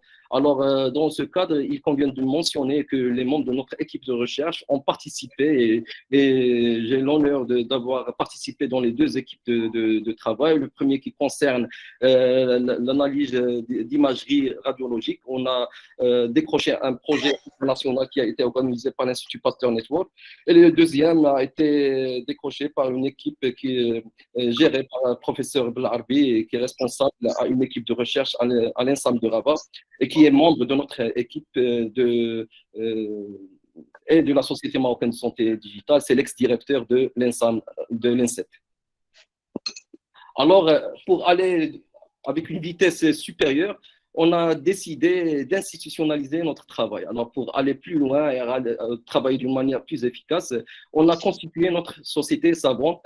Le projet a été déposé en 2021 et officialisé en 2022. Ça veut dire qu'on est une société savante qui est très récente, qui vient d'être créée. Et les membres sont toujours les membres de l'équipe de recherche. C'est l'ENSAM de Rabat, c'est l'Université Mohammed VI des sciences de la santé, c'est l'Institut Pasteur Maroc et le Centre national de la recherche scientifique et technique. Alors, les membres de notre société sont pluridisciplinaires, ils sont polyvalents, mais surtout complémentaires, comme je l'ai évoqué, constitués de plusieurs de professeurs, docteurs, médecins, biologistes de différentes spécialités. Et il contient également un comité scientifique d'honneur dont je tiens à remercier énormément le professeur Chakib NEJJARI pour son soutien. Il nous soutient toujours et la preuve qu'il est toujours de nos côtés. Il nous aide d'une manière inconditionnelle. Un grand merci également à notre directeur, professeur Khalid BIKRI, qui est le président d'honneur de notre société savante. Alors, les objectifs stratégiques de notre société marocaine de santé digitale, la SMSD. Alors, on a deux objectifs principaux. La première, c'est la promotion et la valorisation de la recherche scientifique. Ça contient normalement deux objectifs, mais ça concerne la recherche scientifique. La promotion en augmentant la qualité et la quantité de la production scientifique et la valorisation en incitant les ingénieurs à créer leur propre start-up. Alors, le deuxième objectif, c'est la création d'une synergie entre le milieu industriel et académique. Alors, comme on le dit toujours, s'il n'y a pas d'industrie, il n'y aura pas de recherche scientifique. Et s'il n'y aura pas de recherche scientifique, il n'y aura pas de recherche et développement. Alors, il y a une équation sine qua non entre les deux axes, l'industrie et la recherche scientifique. Alors, les outils et méthodologies de travail de notre société savante. Alors, le premier outil, c'est l'institutionnalisation du travail de notre société avec les partenaires.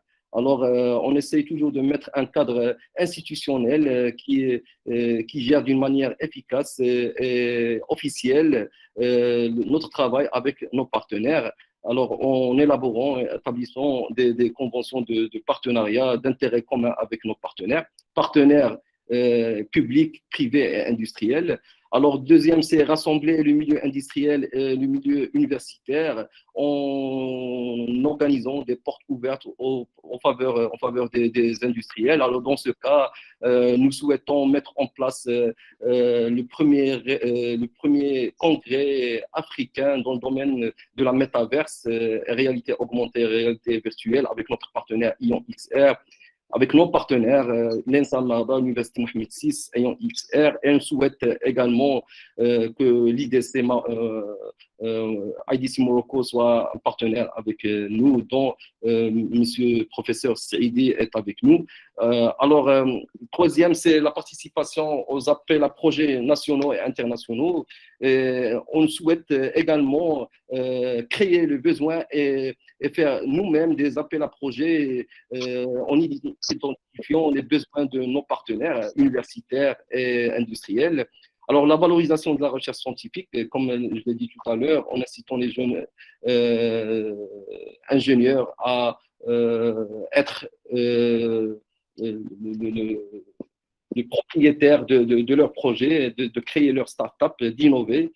Alors, la supervision des travaux de recherche et des doctorants, de PFE, et des projets de recherche pour les doctorants également. Alors, notre sixième outil de travail, c'est d'orienter les écoles d'ingénieurs et les facultés des sciences vers la recherche dans le domaine de la santé. C'est ce qu'on a déjà commencé à faire grâce à M. BIKRI, un département qui vient d'être créé, intitulé Ingénierie et Healthcare. Alors, l'objectif, c'est de s'enquérir des expériences réussies l'un des outils plutôt, c'est de s'enquérir des expériences réussies des pays développés en la matière et les adapter au contexte marocain en organisant des workshops avec des centres de recherche. Et on a déjà commencé à travailler dans ce sens avec l'Allemagne, avec deux universités qu'on essaie de mettre en place des workshops. Alors, d'organiser des missions d'évaluation clinique et échanger les résultats de recherche scientifique effectués avec nos partenaires. Je pense que c'est ça qui va caractériser notre travail, la pluridisciplinarité de notre équipe de recherche, et également mettre en place une cartographie nationale de l'ensemble des acteurs agissant dans le domaine de la santé digitale. Je pense que c'est l'un des vocations d'une société savante, des associations civiles. Alors, enfin, la constitution d'un réseau national de santé digitale qu'on a déjà commencé à travailler là-dessus. Alors, concernant les réalisations de la Société marocaine de santé digitale, c'est la participation aux événements scientifiques nationaux et internationaux. C'est l'une de nos vocations. Alors, il est toujours souhaitable de partager le savoir et le savoir-faire de notre équipe qui constitue la Société marocaine de santé digitale. Alors, nos keynote speakers sont très actifs, nos chercheurs sont très actifs à partager et également de s'enquérir de l'état d'avancement des autres équipes de recherche. Alors, on organise davantage les événements scientifiques. Alors, en mois 3, c'était le premier workshop qui était organisé officiellement par la Société marocaine de santé digitale, parce qu'auparavant, on travaillait sous le nom de notre équipe de recherche. Alors, ce workshop intitulé « Intelligence artificielle et nouvelles technologies en faveur de la santé » qui a connu la participation de plusieurs professeurs de notre école ENSAM et l'Université Mohammed VI des sciences de la santé et l'Institut Pasteur du Maroc. Et ce workshop a été couronné par la réalisation d'un article scientifique qui s'intéressait, qui s'articulait autour de la prédiction des AVC. Alors, le deuxième workshop, il a été organisé à l'ENSAM Rabat avec la participation du professeur Hassan et d'autres professeurs, et qui a donné directement lieu à un article scientifique dans la détection des signaux EEG, des signaux qui émanent des personnes addictes à l'alcool, parce que les personnes alcooliques génèrent des signaux différents, et ça fait l'objet d'un article qui a été publié incessamment, qui a été accepté pour publication. Alors, le troisième événement, ce n'est pas nous qui l'avons organisé, mais on était partenaire officiel pour la 4e édition du congrès international AHID.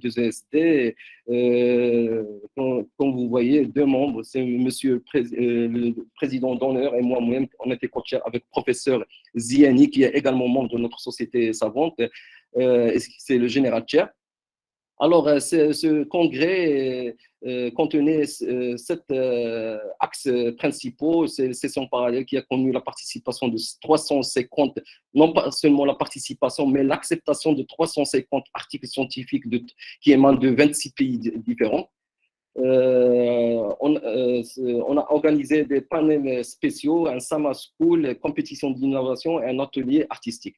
Mais la société savante SMST a été l'organisateur officiel de la santé, du panel santé digitale qui a été présidé par le professeur Hassan Razel, le premier vice-président de notre société savante, et moi-même, et qui a été modéré animé par le secrétaire général de notre société savante, professeur Najib EDRISSI, qui a connu la participation d'éminents chercheurs. À titre d'exemple, le professeur Chakib qui s'est représenté par une doyenne de la faculté, d'une faculté qui relève de l'Université Mohammed VI, qui a connu également la participation du professeur ENSAM, l'ex-ministre de la Santé, et le professeur Thomas Druin, c'est le président d'une université intitulée Sigmund Freud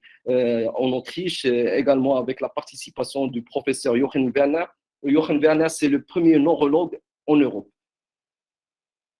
Et le directeur d'un CHU à Essen. Et également la participation d'autres chercheurs marocains et de la diaspora marocaine en Allemagne et en France. Alors, le deuxième axe dont on a participé, nous, comme étant Société Savante dans la 4e édition du congrès AHID, c'est le Summer School, qui a connu la participation de plus que 150 étudiants, avec l'animation de plusieurs experts de la diaspora marocaine en Allemagne. Alors, les contributions scientifiques, dans ce congrès, on a pu, comme Société Savante, publier plus que 10 articles scientifiques.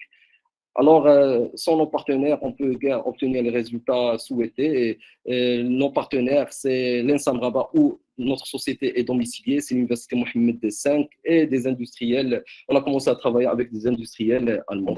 Alors, les perspectives de notre travail, c'est la réalisation d'un congrès international indexé en santé digitale. On travaille déjà là-dessus avec le professeur EZZIYYANI. Le journal en santé digitale, la création d'un journal avec l'appui du Centre national pour la recherche scientifique et technique, et la création du réseau national de santé digitale, ainsi que création d'une filière d'ingénieurs de master en santé digitale. Et cette expérience, on aimerait bien la dupliquer dans d'autres universités s'ils souhaitent avoir notre aide en la matière.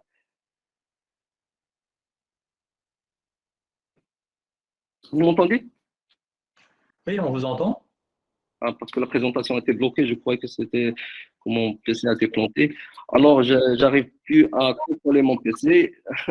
Je suis de toute façon arrivé à la fin de ma présentation. Alors, je vous souhaite une excellente suite du programme pour ce webinaire, et je vous remercie énormément pour votre temps et l'intérêt que vous apportez à cette thématique très importante. Merci beaucoup. Merci à vous, professeur Wajih, pour votre présentation extrêmement riche et succincte. Enfin, j'aurais bien aimé en fait que vous continuiez encore. Il y a tellement de choses qu'on a appris sur ce que vous avez réalisé et ce que vous allez faire.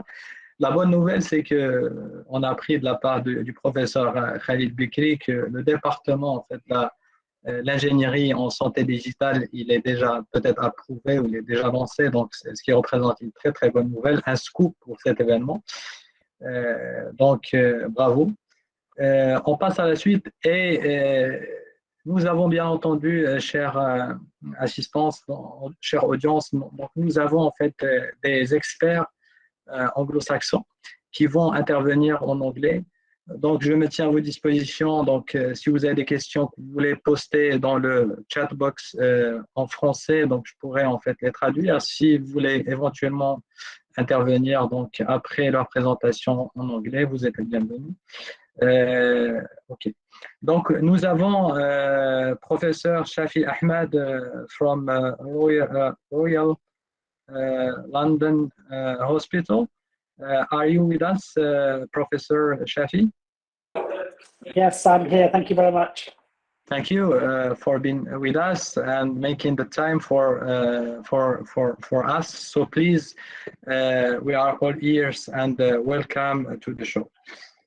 Professor, thanks so much for the kind introduction and invitation to speak today. Of course, I'll speak in English. Hope that's okay with everybody.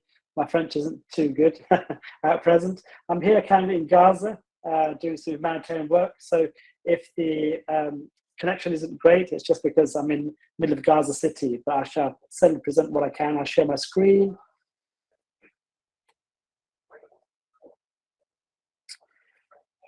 Okay, I'm just going to talk a little bit about my work and the future.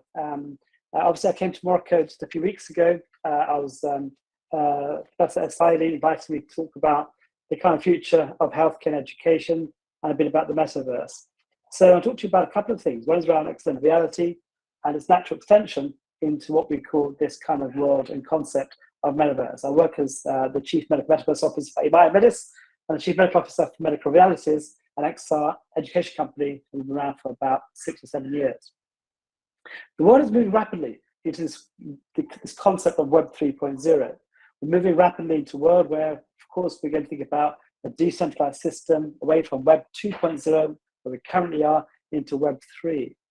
We're going to, of course, base this whole system on a blockchain that's more secure, that has permissionless, and it's trustless. So therefore, hopefully we can improve the access to our data, particularly for patients. The backend, of course, will be supported by AI and machine learning. And of course, it requires connectivity and ubiquity for everyone to access the same information in order to experience what Web3 might offer.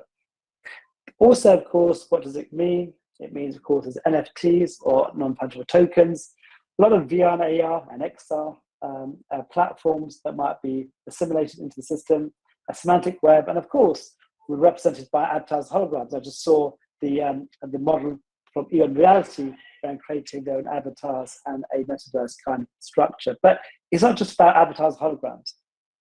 You're creating an economy of Web 3.0. And that's kind of what we're working on in IMEDITS. To give you a brief overview of where that is, there's 7 layers of the metaverse, as described, of course, by John Radoff. Already we're seeing this coalesce into this kind of concept, where there's infrastructure, the human interface, decentralized platform. Professor Shafi, but we don't seem to see the slides. The presentation, it's like kind of blocked at the first slide, and we are not in a progress. Thank you. Can you see the slides there? Can you see the slides? We see the only first slide. Yeah. Let me try it again. Let's try sharing again. Thank you for that. Let's try that. I'll do the entire screen this time. And maybe what I can do is pick up my slide here, and then hopefully, can we see this? Yes, Web 3.0. Yeah. And can you see it moving? Yes, I confirm. Okay, all right. This is kind of where we are. This whole decentralized platform of Web 3.0, as I mentioned earlier, with an array of technologies which underpin metaverse. It's creating this economy rather than just one concept of AR, XR, VR. It's the whole concept of an economy in this world that we're going to be creating. We mentioned earlier about 7 layers. Here it is again by John Radoff. We talk about how we have the infrastructure, the human interface, decentralized platforms, using spatial computing, and creating this discovery experience and a creative economy. Already we're seeing many companies out there creating this metaverse for us and based on XR. If we go back to 2015, this was me doing the world's first virtual reality operation, using 360 cameras to create a virtual world for students and trainees from around the world to train with me. On that day, my surgical operation from the Royal London Hospital was watched by 56,000 people across the world from 140 countries. And it was kind of concept of saying, can we use this smart technology of 360 video, of VR, and create a kind of a democratization of education? Is what we did back in 2016. But as we move forward, this is our in-company medical realities. And what we're doing, we're creating a training, much like EON Reality, using these platforms.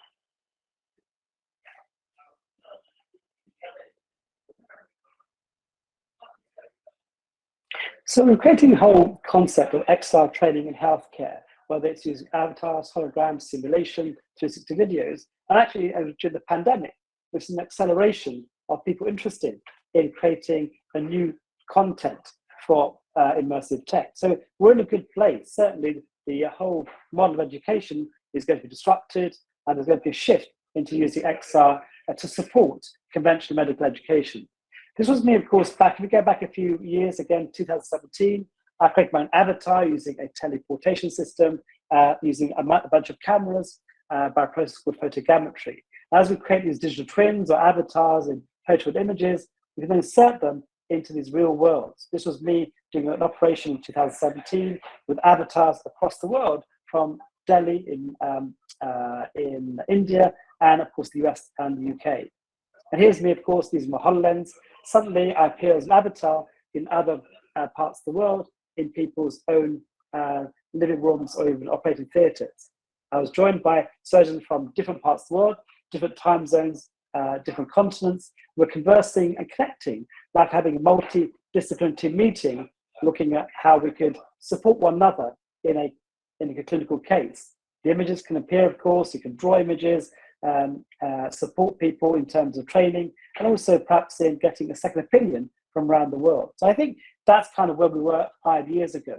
Things have moved on rapidly since then, of course. And what we're seeing now is a multitude of platforms allowing you to do remote collaboration.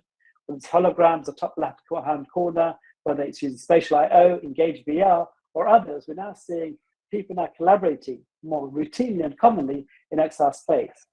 You'll see Microsoft with their teams launching their mesh system, again using avatars for your Zoom calls and your Microsoft Team calls. Suddenly, we're seeing how that face-to-face going onto the online platform will be really supported by these remote collaborative tools, perhaps bridging the gap between face-to-face and online. We obviously miss people's contact.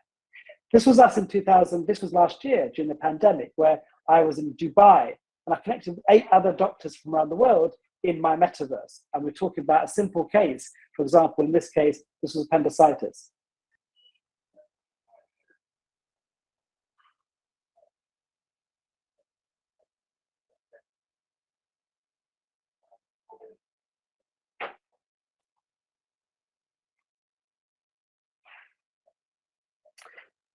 So that was like a concept of creating learning. And I actually, at university, at Barts London Medical School at Queen Mary University, I teach my students in the metaverse. Since last year, we've been present and collaborating on one of the platforms. So pushing medical education to the boundaries. What about if we create a whole ecosystem, environment of metaverse? So Avalon is our metaverse for EON Medis, and we're creating this kind of concept of the world being held into the digital world, but connected to a physical world.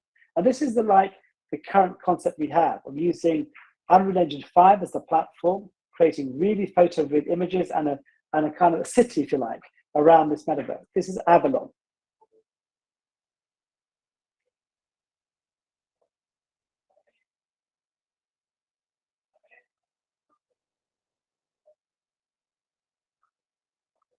As you can see, it's getting better and better. It's looking more realistic. And this is our kind of world that we're creating at the moment as we speak. Not only that, of course, what does that mean for healthcare? Well, I think the metaverse for healthcare is interesting. I call it the Mediverse, M-E-D-I-V-R-S-E, Mediverse. And what we're seeing is this, maybe we can have a virtual consults and checkups, maybe for certain illnesses, for certain problems that people might have, to improve mental health and well-being. We're going to expand accessibility following the COVID pandemic. Maybe we can connect some of the wearables, have a smart kind of way of looking at people and having kind of Internet of Things or Internet of Medical Things. And of course, it's about immersive interaction. That seems a missing component of the current world we live in. We're now partnering with healthcare providers all over the world, including pharma, hospital chains, and universities, to create our healthcare city. And we are the first company in the world to create the healthcare city as a metaverse. And here we are. We're making sure, of course, we're compliant, to ensure that we're data compliant, and ensuring HLS7 fire compatibility, all the ISO products, and as medical device, we're now being authorized, with GDPR and HIPAA compliant, and of course, making sure that we have all the certificates required to be a medical device as the metaverse. Our white papers you can read online at EON Medis. We're creating the business model, white paper around our NFTs and the NFT marketplace to ensure our tokens are going to be the ones used for our economy. So now we're creating this kind of industry, if you like, in the metaverse. We launched our worlds recently, the first land sale in our metaverse, Dubai, Singapore, Lausanne, and Tokyo. The first was great. We had much interest from many parts around the world to buy land within our metaverse. And now we're creating products for those people. We have city planners from Berlin creating city plans for us in these cities. And round 2 of the metaverse sale is happening as we speak. So if you have a look at AIMedis, you can actually see how we work it on. And we're looking forward to working with partnerships and collaborators to build this. Of course, we launched the world's first medical scientific NFT marketplace. We think actually data is the key component, of course, of the Avalon. How data is tokenized and then used to spend in that world. And what does it look like in the gross economy? And of course, I think it's around the marketplace and the metaverse and the NFT data exchange.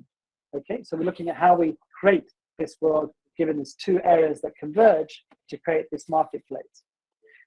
We think data is key, and we're thinking about how to monetize by data, and maybe our exchange and the marketplace can improve access to funding, and of course, how we can exchange things, particularly for research trials, personal data, etc., across industry.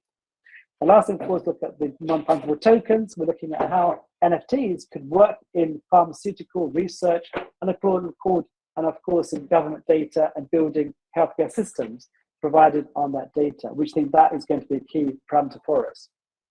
We've already used the token over the last 6 months to a year after releasing a white paper, and now we're seeing how does that incentivize people to either take part in clinical trials or social engagement or even payment models for healthcare. It's a new entity. We're thinking about how we create this ecosystem that I mentioned before. And of course, our business model is improving all the time. How do we collaborate with key stakeholders in the healthcare industry? What can they offer in return? How to create an economy that's viable as we go forward. I'm launching my own metaverse website soon in the next few days. You can see all of that information. Follow Medical Realities or AIMedis or my own website, of course, and you'll see the glimpse of what we're trying to do and think about how to create that ecosystem and economy of the metaverse. There's much work to be done. We're looking for collaborations around the world, support it, and see what healthcare can look like. Thank you very much. Thank you so much, Professor Shafi. That was very, very interesting. I don't know, maybe we should move to the next because we are running maybe out of time, if you allow me. We would like to welcome Professor Silviu Matu from the Department of Clinical Psychology and Psychotherapy at Babeș-Bolyai University. Hello, everybody. I hope you can hear me well and see me as well. I will try to, yeah, okay, great. I will make a brief presentation about our work or how we try to use XR and especially VR technology in mental health. So let me just try to share my screen. It's gonna be this one. So I hope everybody sees the screen now, or so. I'll just wait for your confirmation if that's possible. Not yet. Yeah, now it's loading. Now it's loading. Yes, I confirm at least that I can see your screen, Professor. Great, I'm happy to do so. So my name is Silviu Matu. I'm a senior assistant professor at Babeș-Bolyai University in Romania. We are a long-time collaborator of EON Reality. We acquire from them technology. We developed together some software, and we focus mainly on research, but also because we are part of the university, we try to integrate this technological component into our teaching activities. So our main focus is related to teaching future mental health professionals. Now, I will jump straight in because I think the time is quite limited. Now, just to give you an idea why or what is our main preoccupation, we work with mental health. Now, many times mental health is, let's say, the last on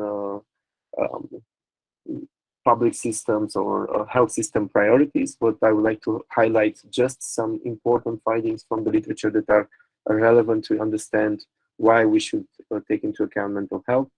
For example, if we look at the best conducted studies, those that look repeatedly at the prevalence of mental disorders, we find that mental disorders are actually, having a mental disorder is actually the rule. Very few people along their lifetime don't develop some kind of symptoms, some kind of typically anxiety or depression problem. Depression has been established by the World Health Organization as the first world cause for disability, and this is an important point, so we have to address this problem. And also, what is very relevant when we speak about why using technology to approach mental health, we have to speak about the fact that many patients that would benefit from intervention do not access them. This is because stigma or other, let's say, social obstacles in accessing those services.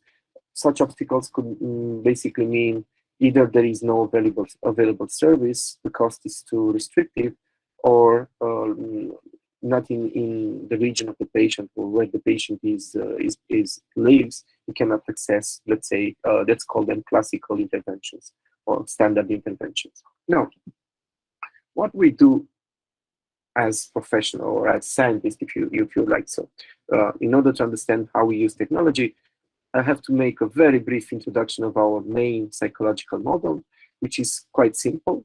We say that basically people develop different kind of symptoms, emotional, physiological, or behavioral.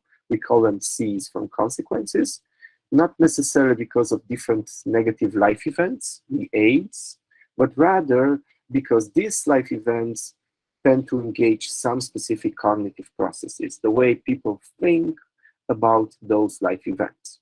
So if you want to intervene, or if you want to help someone that has a mental disorder, you basically have to intervene here, because most of the time life events cannot be changed. So it's impossible to change the real events that the individual is confronted with. And this is called, we call it the cognitive behavioral therapy approach, which is by far the most well-studied and scientifically validated approach to mental health.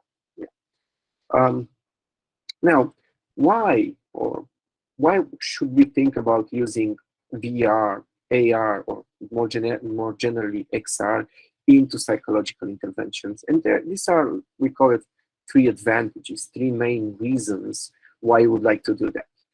Because using virtual reality, you can actually recreate some of the events, life events if you want, or the stimuli that generate emotional responses and behavioral as well.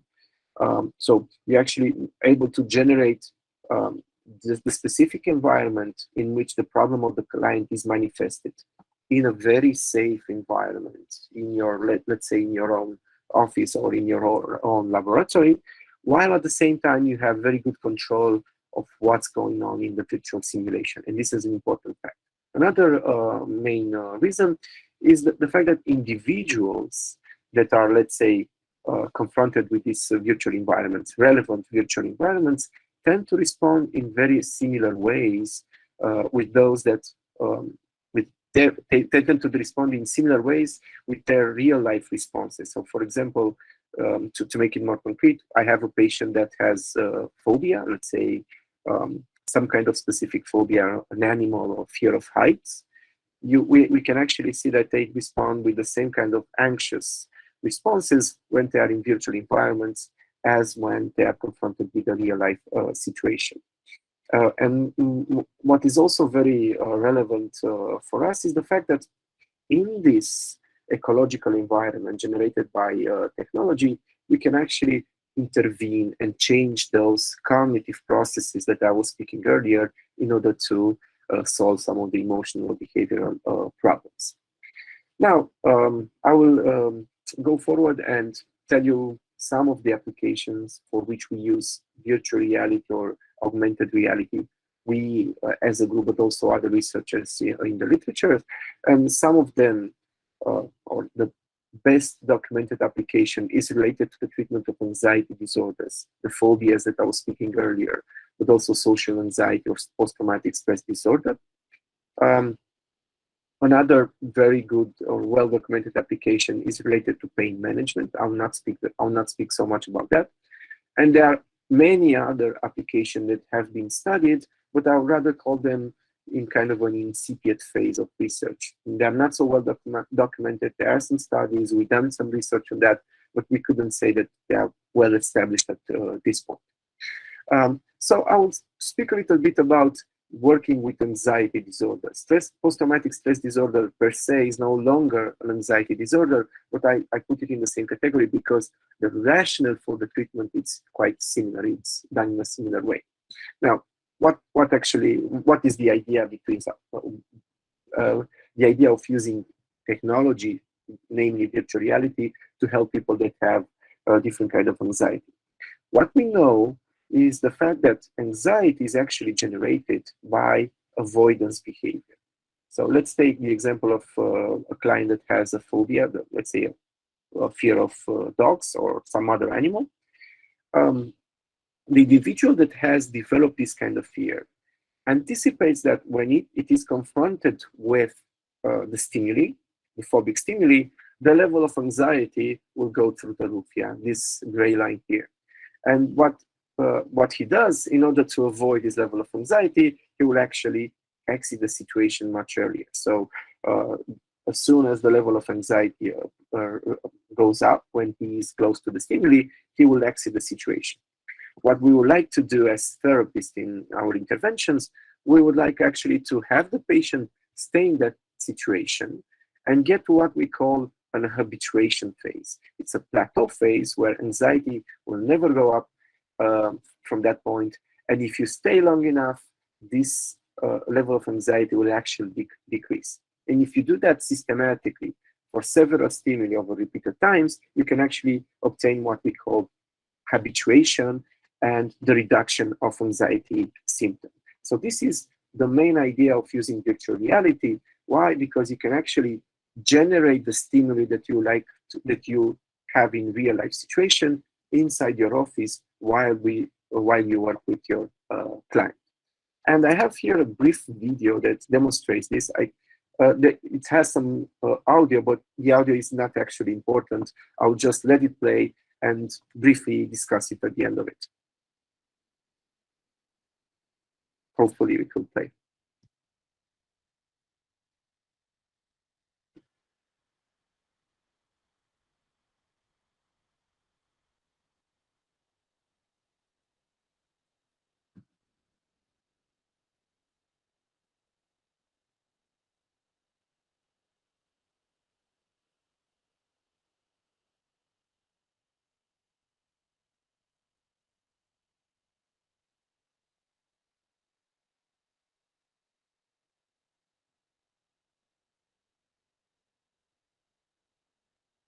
So I think this is enough. I will try to be as brief as possible.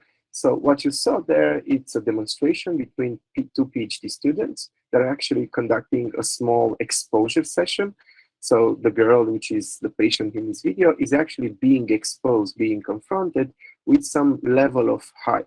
The virtual reality system that you saw in the video, it's a cave system that we have actually from EON Reality a couple of years ago. It's an older cave system. While at the same time, we do some psychophysiological recordings. We record heart rate, we could record galvanic skin response in order to have a broader understanding of the state of the patient. Now, this could be treatment, but this is also a kind of experience for which we can use virtual reality to train our students. Because if I would like to explain this kind of exercise to my students in classroom, I'll only have to rely on their imagination, how exposure will be conducted, let's say, in some height-related situation. However, if I use virtual tools, the cave system or any other tool for any other kind of technology, it could be an Oculus or a Vive, where the students can actually perceive the same kind of environments, virtual environments, I could actually help them understand how exposure is being conducted. Now, we also use the same treatment for post-traumatic stress disorder. So this is a system that was developed at our collaborators at the University of California.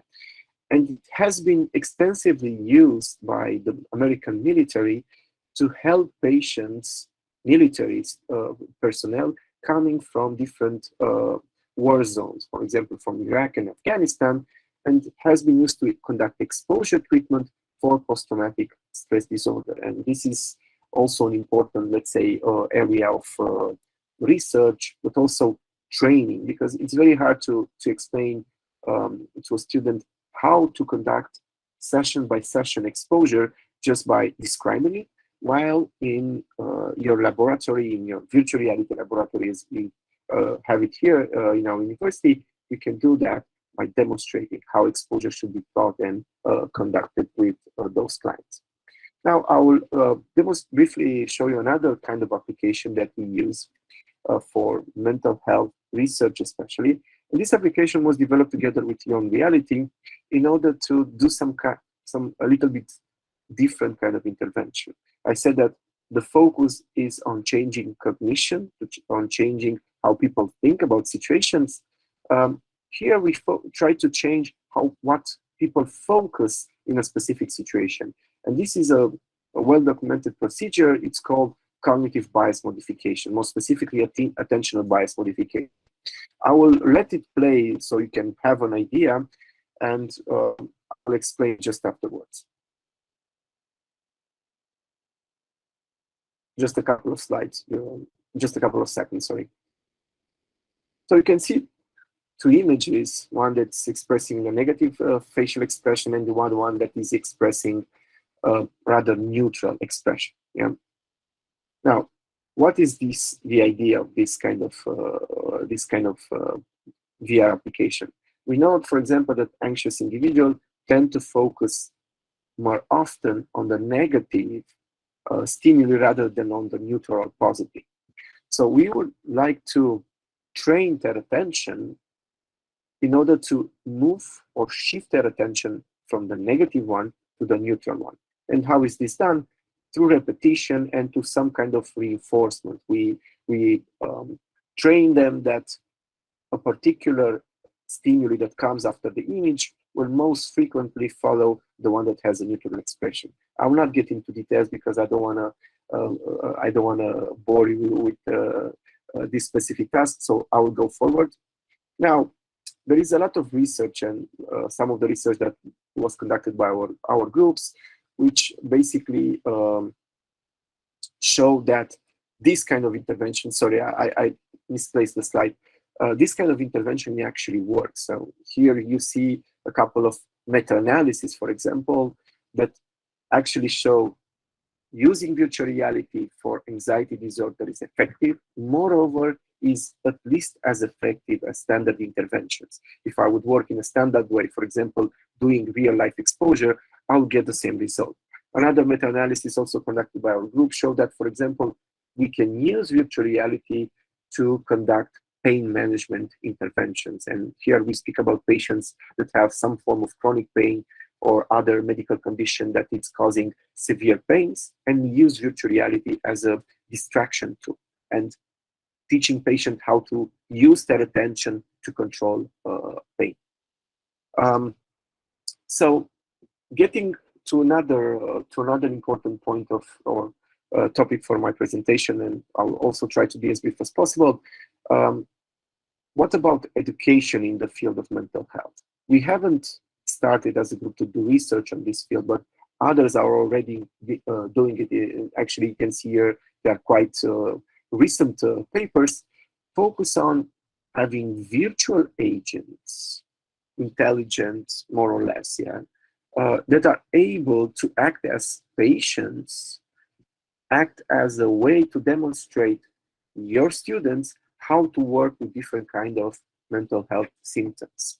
And there is some research done in the United States, for example, the same group working with PTSD veterans, they are using virtual reality to illustrate the symptoms of PTSD and teaching the staff that is going to work with military personnel how to identify and how to work with those symptoms.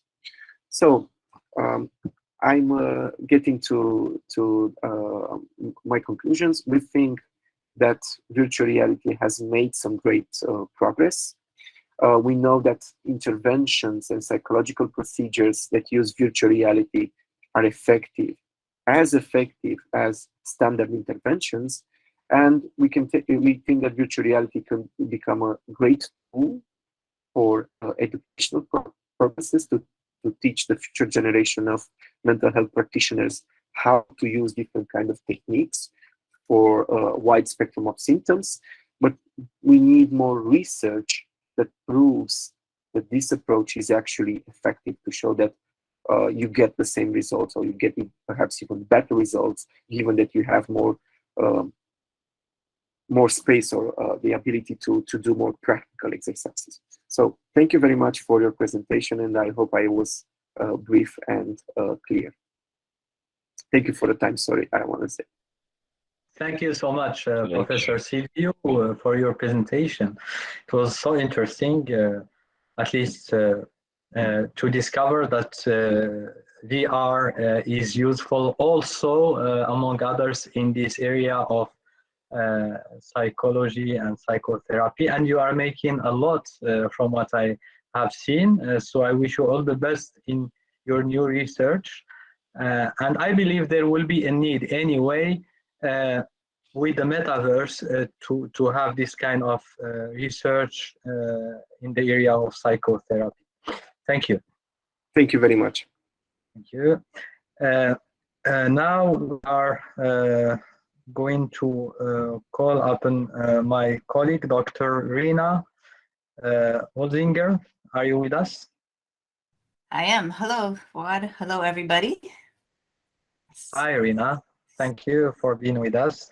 Thank you for making the time.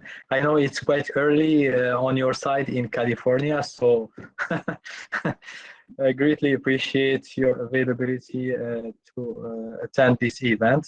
So we are all ears to hear from you about the metaverse for healthcare. Thank you. Go ahead. First, let me share my screen to make sure it will work properly. So let's do this. And I'm going to go to full screen, and Fuad will just let me know if do you see the slides there? Yes, I do.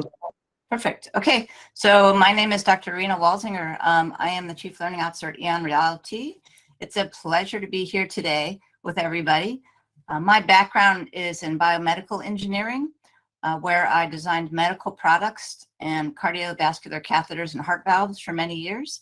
I'm a 2D and 3D designer in that field, and my doctorate's in education, diversity, equity, and inclusion, and success in college students, especially TVET courses. And so what I want to do today is explain pedagogically how I think assets in AR and VR are really helpful in medical training. So as you can see this slide, and if you don't see it, Fuad, let me know if they're not advancing, but this is my avatar. One of the things I enjoy in my own teaching is sharing information. Sorry to interrupt you, Renah. I cannot see your avatar. Okay. I'm stuck on the first slide. Okay, let me try not full screen. Can you see my second slide now? Yes, yes, now okay. I can see you. Thank you. Okay, I'll just do it in this mode. Sometimes it does this in Google. So my avatar is here. One of the things that's very important to clinicians, patients, professors, all of us is, believe it or not, the avatars in this area are very important because we all look differently. The color of your skin, what you're wearing, your gender, etc. So we have moved to avatars that take an image of yourself and then you can customize from there. So this is just a picture of me in a medical lab actually across the street from my own home in a park. So I can teach in a very large environment, which is really a big pedagogical advantage. And I'll show you that with some examples in a few minutes, but I can bring any environment to where I am, in my home, in my office, outside, in any scale. So that's a kind of a new thing. And the other new technology that I want to mention, and you'll see it today between me and Marcin coming up, is we live motion capture with avatars. So you can see your hands moving, your lips moving, and it's much easier to interact with avatars with motion capture. It's a great technology. So today I want to go over some pedagogical ideas for medical applications. One of them is simulations and interactions with objects and materials. So one thing that's really interesting now, working with Metaverse AR, XR is if you want to simulate a surgery or use AR, VR during a surgery or a medical procedure, you can interact with models, and also coming up, you can interact with IoT devices, Internet of Things devices. So example, I can receive a live EKG with live signal during that interaction. So the technology is blending very quickly. You'll see in 2023 a lot of applications for live data mixed in with metaverse. So that's going to be very important for medical. I'm going to show you some examples of normal versus disease states used with imaging. Imaging is beautiful in here, as you already seen, MRI, CT scanning, angiogram, angioplasty. So these are things that work very well in AR and VR. We're going to look at how important it is to change the size of things. I'll show you something I'm familiar with, which I mentioned before, heart valves, and just being able to go inside of the area and see the anatomy and physiology. We're going to look at some other systems in 3D. I think I'm going to have one of the abdominal system, and then a little bit more on imaging. So this first example with one of our partners, it's Children's Hospital of Orange County, close to our headquarters here at EON, is an animated VR model showing a normal heart. And this would be to explain to patients and parents of children about a disease state. And so you're able to look inside of the heart and kind of a nice environment, a nice looking model, and look at the blood flow, which I think this is beautiful. This is something I wish I had when I was studying in college, because you can see the blood flow. As an engineer, I could use this to recreate test environments, but then you can pull up video at the same time and it plays back. The video will have, it has sound, but I wanted to talk over it, so I turned it off, but goes over what is the issue. This is a ventricular septal defect, and what it looks like in the heart, so that in this case, since it's an explanation video, what the repair would involve in the surgery. So, and then you can bring up an image, as you can see there. So you can bring up images, text. I can do an entire explanation with my avatar of the situation and record that as well. So that's one quick example. Another example that I just made this one last night. One of our partners, Focus Medica, has beautiful animated models. So this one is the abdominal aorta and branches. What I like about learning in this modality is you get all of the labels. And let me stop here. Labeling is very important in our environment. Anything that is a label is basically a knowledge area. So you can have anything attached to a label. For example, video, text, lecture material, PDFs, and pretty soon live data, like I mentioned before, something coming live from another device. So this is just an example of things that you can label. You can bring up information. So here, bringing up a video from the inferior phrenic arteries and learning about that while you're in the environment. And then I'm resizing that. That's actually, I took this video off my laptop last night, and I can resize anything and I can take it apart and put together. So the advantage of that is when you're learning systems, of course, and you're seeing them in 3D, it's a different experience than learning about it in 2D, as far as being able to understand how everything relates to each other, as you can see there in 3D. So this is a virtual reality experience. Also important is accessibility. It's one of the things that we champion here. So you can see everything, hear everything, and everything is closed captions, and it comes in 49 languages. So you can translate that to any language, like French, on the fly. So that's that example. So there's another example from Children's Hospital, and this one, you see a patient there, and this is a nice explanation of what it looks like for pediatric intubation in an environment that is kind of less threatening looking, with audio and video coming in. So I think you can see yeah, you can see the mannequin there, and you can see all of the equipment, and then kind of a friendly video coming through. So there we go.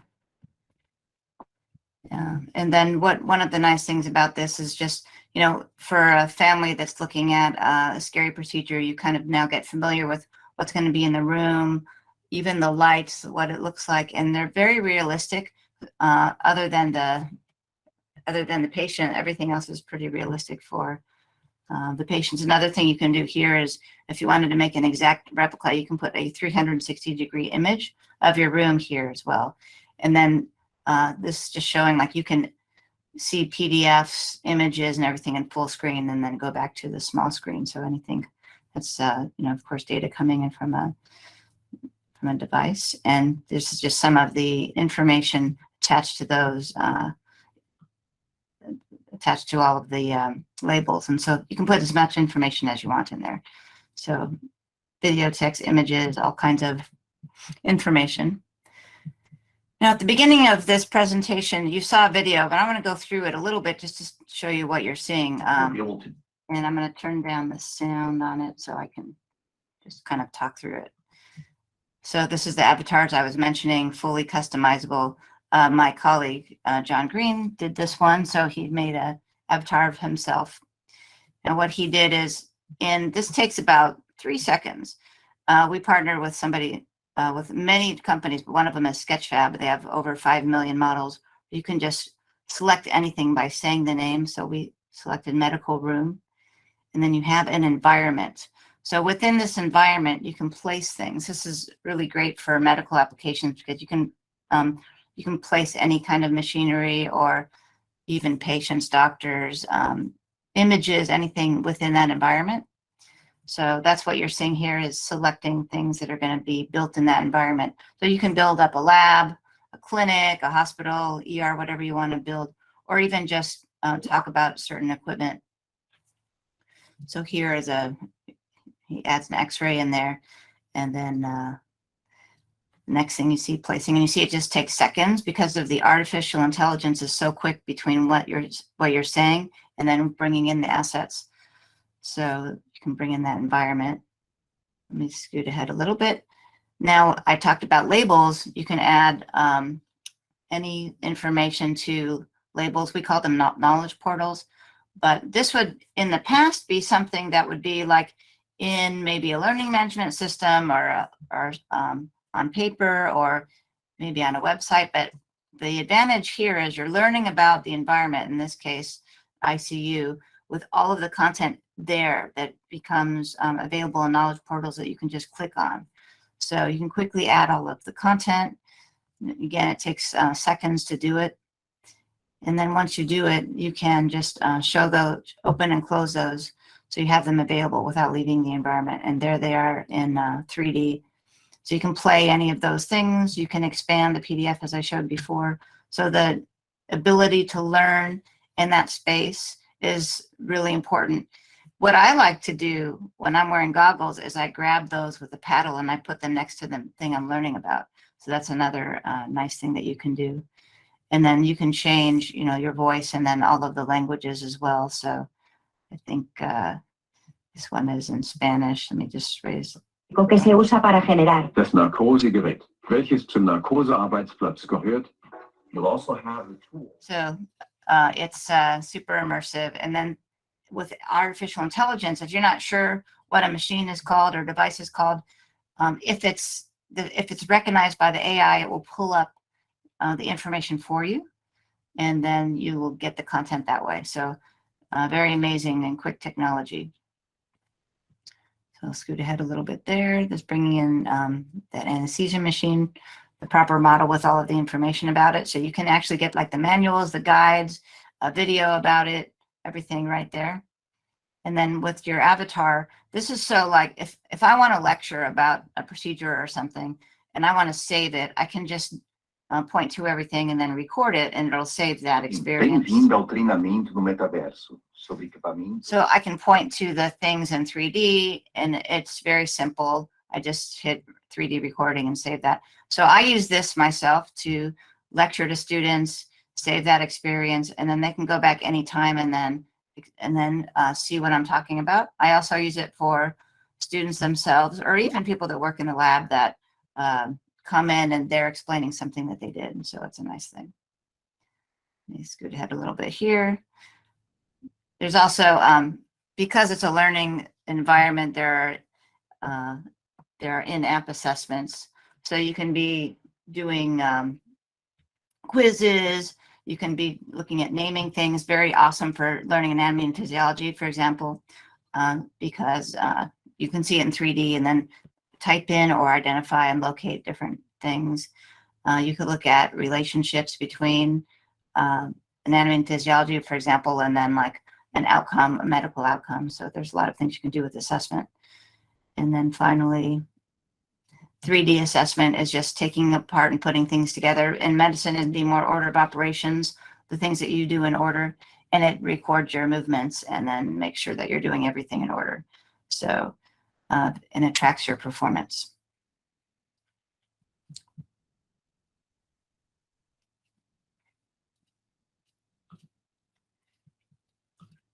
Okay, this is one I put together last night.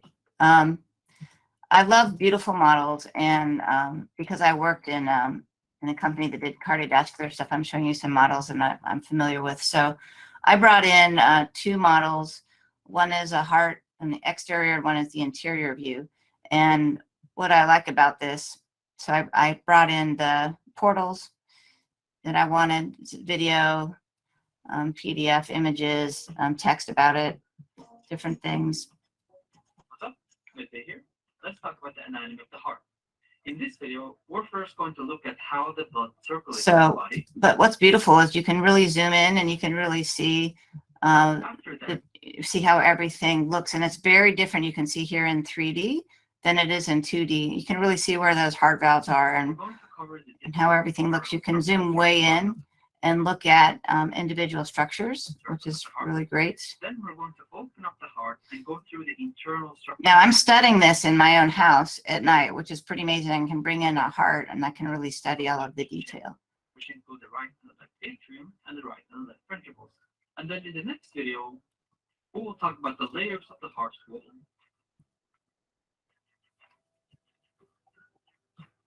And I go to the external structure so I can see the chambers.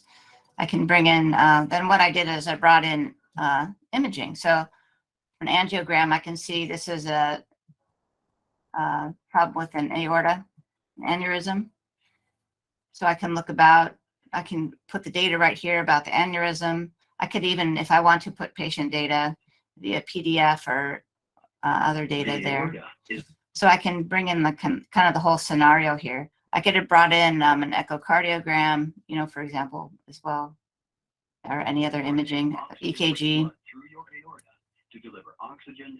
So just the ability to bring in multiple objects to kind of tell the whole clinical scenario is really powerful. I'm sure you can imagine like many things that you can do with this. I could even bring in research here, so you could click on a whole paper and scroll through it. So almost anything in this environment. So that's something I did last night. The other thing, and Marcin, I didn't have it here, but I could bring in our avatars and meet together. So let's say 8 of us want to meet. We can all be in here and we can talk about this. We can discuss, we can have like a clinical meeting about this and discuss possible options. So, and all it takes is a code, and we all come in there and we can all move around and show each other and talk to each other. We can be in different parts of the world even and talk about this situation. It's very, very powerful. I think actually it will be changing medicine to have those types of interactions with real imaging and real models sharing with everybody across the world at the same time. Another example, and I love this one from Focus Medica because it looks beautiful. It's the pleural cavity. And the reason I brought this one in is just to show the power of dissection. So here we have, I just have a few labels here, but with one push of a button, I can dissect that out. And there we see all the different layers that I have. Models can be dissected as many layers as the designer puts in there. So this one has these 4 areas. And then I can learn about each section that I want. So I double click there on the trachea section. You can see a hierarchy on the top right. Now I can just learn about the trachea and watch a video about it, learn things about it. I can take quizzes. So I can do whatever I need to do with with this model. And what's nice, it's so different in 3D because now you can see kind of the layers, how they interact. And then if there was a disease state, like the other example I showed, I could put two models next to each other. So you can see like this is the normal one, this is the disease state, this is the image. And then we can have a diagnosis and a plan from there. So, but beautiful looking models. Also X-ray vision. So this is really helpful for lungs because since things are covered up with X-ray vision, you can just see right through the model to the interior structures. Now I have one more example that's just to show animation. One of the things I love about XR is animation. This is just a quick example, but of a beating heart. But you know, because things are so different when they're animated and live animated, which we know from medical imaging. But to see how this is working, and you can have like a normal and disease state version, is very powerful. So it works in AR and VR on all animated models. So I put that in there.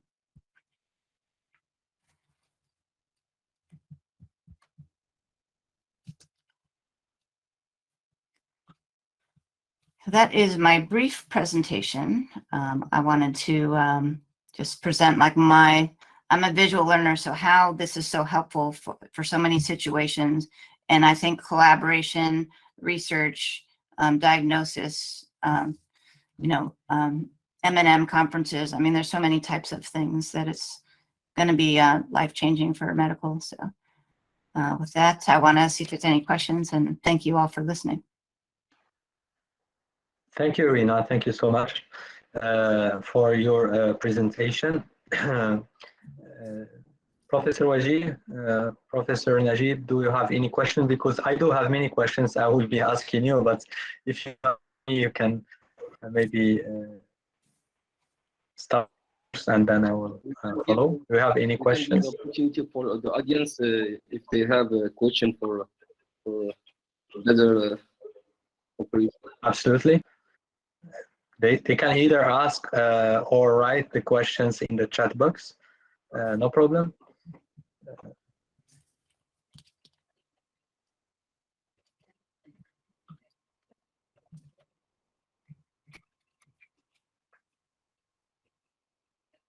And I think we'll be having a Q&A as well, Fuad. So if there is, I can answer more there as well. Yeah, sure. I mean, we can absolutely have a Q&A after, maybe giving time to other participants, maybe to think about their questions. So let's move then to the next chapter. Marcin, are you with us? Thank you very much for your excellent presentation, and we will have more time to discuss our collaboration. Thank you very much. Thank you. And yes, Fuad, I am connected. Thank you. Hello, Marcin. Hello, Irina. Marcin and Irina are from the education side, and they are going to give us a presentation about the XR and the metaverse for the healthcare. So the floor is yours, Marcin. Please go ahead. Yeah. Hello, everyone. So as Fuad mentioned, my name is Marcin Kasica, and I'm a Director of Global Education and Training at EON Reality. And together with my colleague Irina Poirier, unfortunately, my French is very bad, so I will not pretend I can speak in French. But I want to just to highlight that if there will be any questions, you can feel free to ask them in French or in English, and we can do the translation. So Irina is here as a customer success manager, and Irina speaks very well, speaks French, so she can help me if there will be need for some translations. So do not hesitate to, of course, ask the question.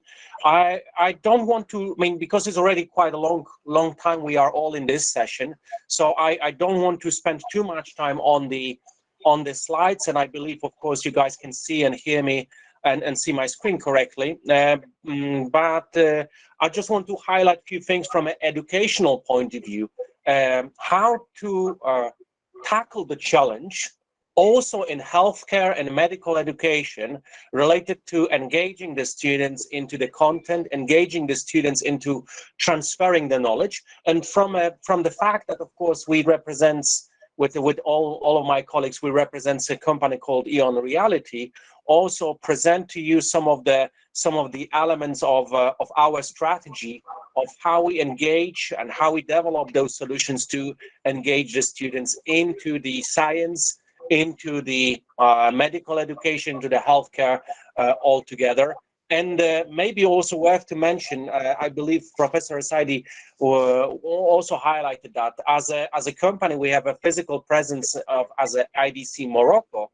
And as such, we are organizing series of trainings, certified trainings related to the education, as well as to the smart worker workshops, which are free. So I extremely would like to invite you to follow and follow Fuad. I'm sure you will be able to share some information, as well as Professor ESSAAIDI, in regards to how to get engaged into the activity of IDC Morocco. So with that, let me move forward. We already mentioned, and all of my colleagues done an amazing presentation. So I'm kind of, as a follow-up on that, of course, we're all using these terms, augmented reality, virtual reality, all together. But I want to highlight the fact that those technologies, even though they are developed on the higher education level, they are developed on industrial level, but they're becoming a popular part of the popular culture, popular use of the solutions. And they are becoming one of the elements, and I will try to, of course, highlight that as well. I see it's looking onto the chat messages, so I will try to tackle them as well. The technology is already there. It's used, and it's been common use either as a virtual reality headsets, either as an augmented reality. But the main key elements that the people engage right now into the content is throughout their personal devices, either as a mobile devices, either as a tablet devices, and that's what we want to kind of concentrate on in making the knowledge transfer easy and quick. We're also concentrating on the fact that and many of us, including myself, we already kind of advanced in educating students, working with them, and we've been developing our skills using in different environments. The environments around us was kind of more listen to what the professor says and follow the instructions, when current generations, the modern generations that we're training right now, are more resistant to that kind of approach. They're more open to collaborative learning, engaging, empowering, where the people can not only follow the instruction, but they can be part and having hands-on instructions, doing no matter what, if it's online, on-site, or online, that we have to experience in the last couple of years due to the global situation.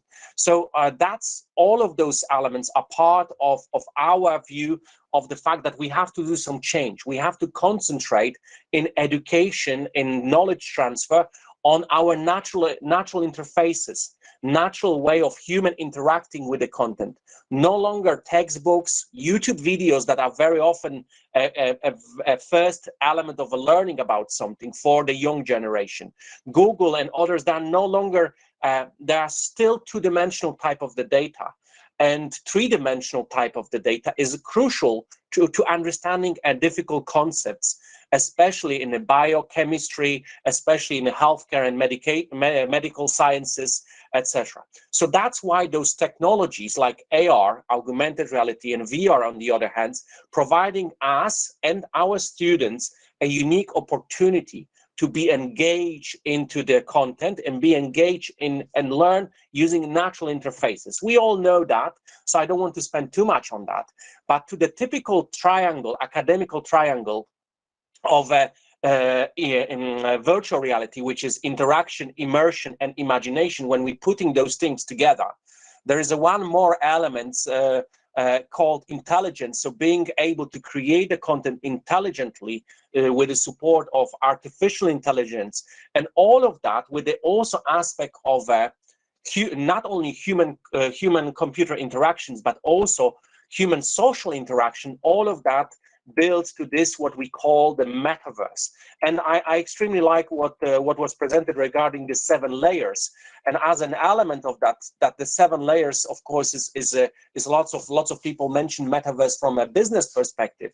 But what we try to look into it is from the social aspects of providing empowering human, and I'll use this name human 2.0, but it's not to kind of create artificial human, but to finally make the use of the devices that we call the smart devices, they're not smart, we know that. And the thing is to make the smart use of the technology for learning, training, and performing. So with that, we have developed this platform called the EON XR, which is consisting of multiple products and components inside it. And many of us are here already probably heard about these concepts and the solutions from EON XR, from EON Reality.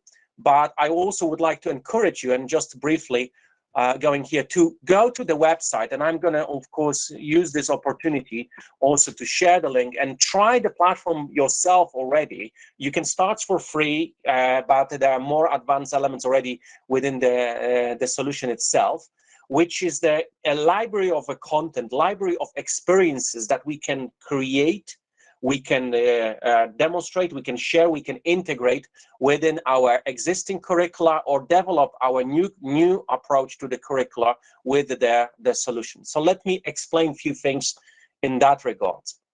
So we have ability to, of course, use the content, and lots of the examples.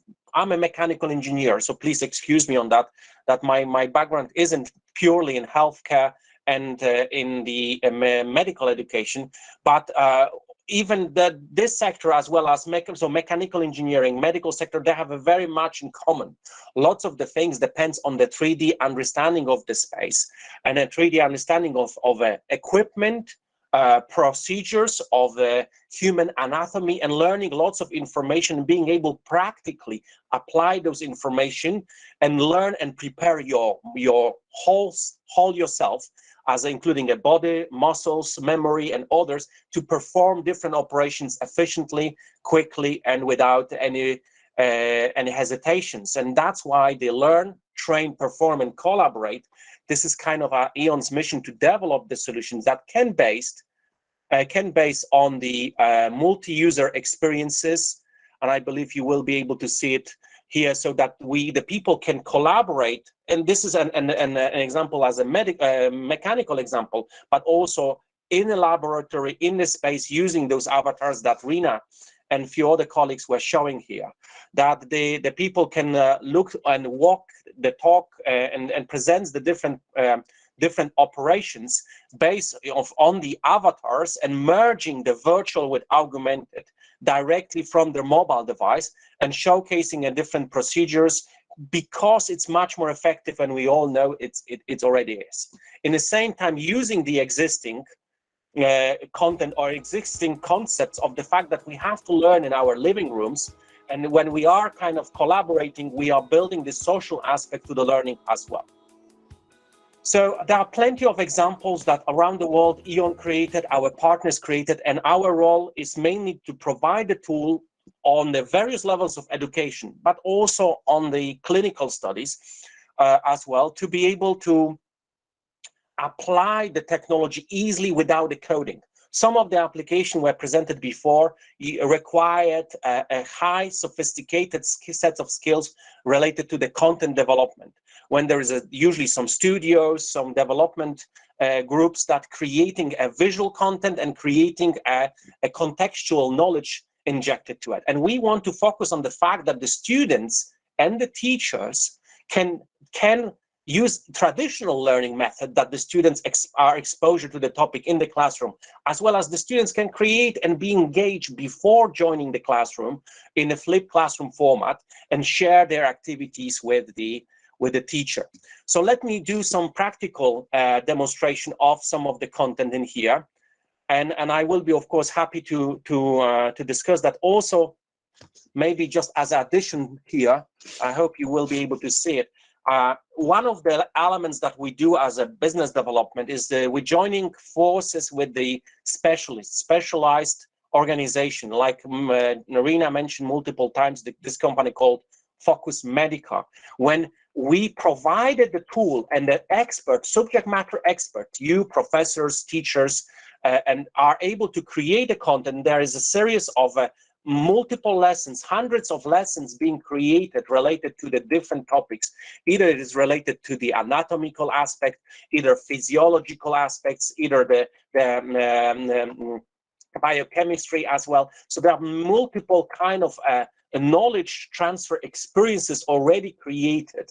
So the power of the tool lies not on the ability to be consumer of the knowledge, but the power of the tool lies on the ability to be creator and the collaborator in the knowledge transfer using this future metaverse solution.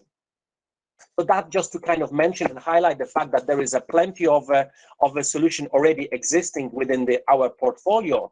And the key elements, and I want to encourage you, of course, to kind of find and search for how your organization can collaborate with EON Reality, when we can build a partnership into that. And that's overall the main message. And let's focus right now on maybe some practical demonstrations. So what I will do, I would like to highlight, and if Fuad times allows me to do it, I know we don't have too much time, but I do believe it will be very beneficial if we can see it in a live format. And I will be sharing my mobile device, how the creation process looks like here. And I will be able to share my mobile. So I'm holding an iPad here, which is filled in with an application. So the application is available on the mobile device. Students around the world can load the application, can use this application, and which I think is also important for Morocco, in multiple languages, including French, including Hebrew, including Arabic, and many others. And now I will have an issue because it changed the settings, and I will need to change the language again to something I can understand. So we have Arabic, French, and English included inside the application, which provides the people in a natural way, multilingual formats to create the content.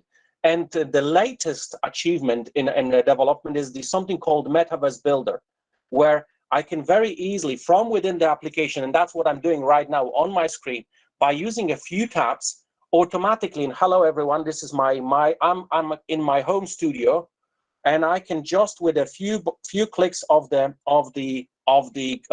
tablet, as well as using my voice recognition, create experience, human body. So using voice recognition, I can import either the assets, the content that already exists in the library, check if I have any, or even import different models of a human body directly from the online library. So that provides me ability to bring all kind of objects here to use that as a training elements and knowledge transfer. So if I will do it, for instance, another one,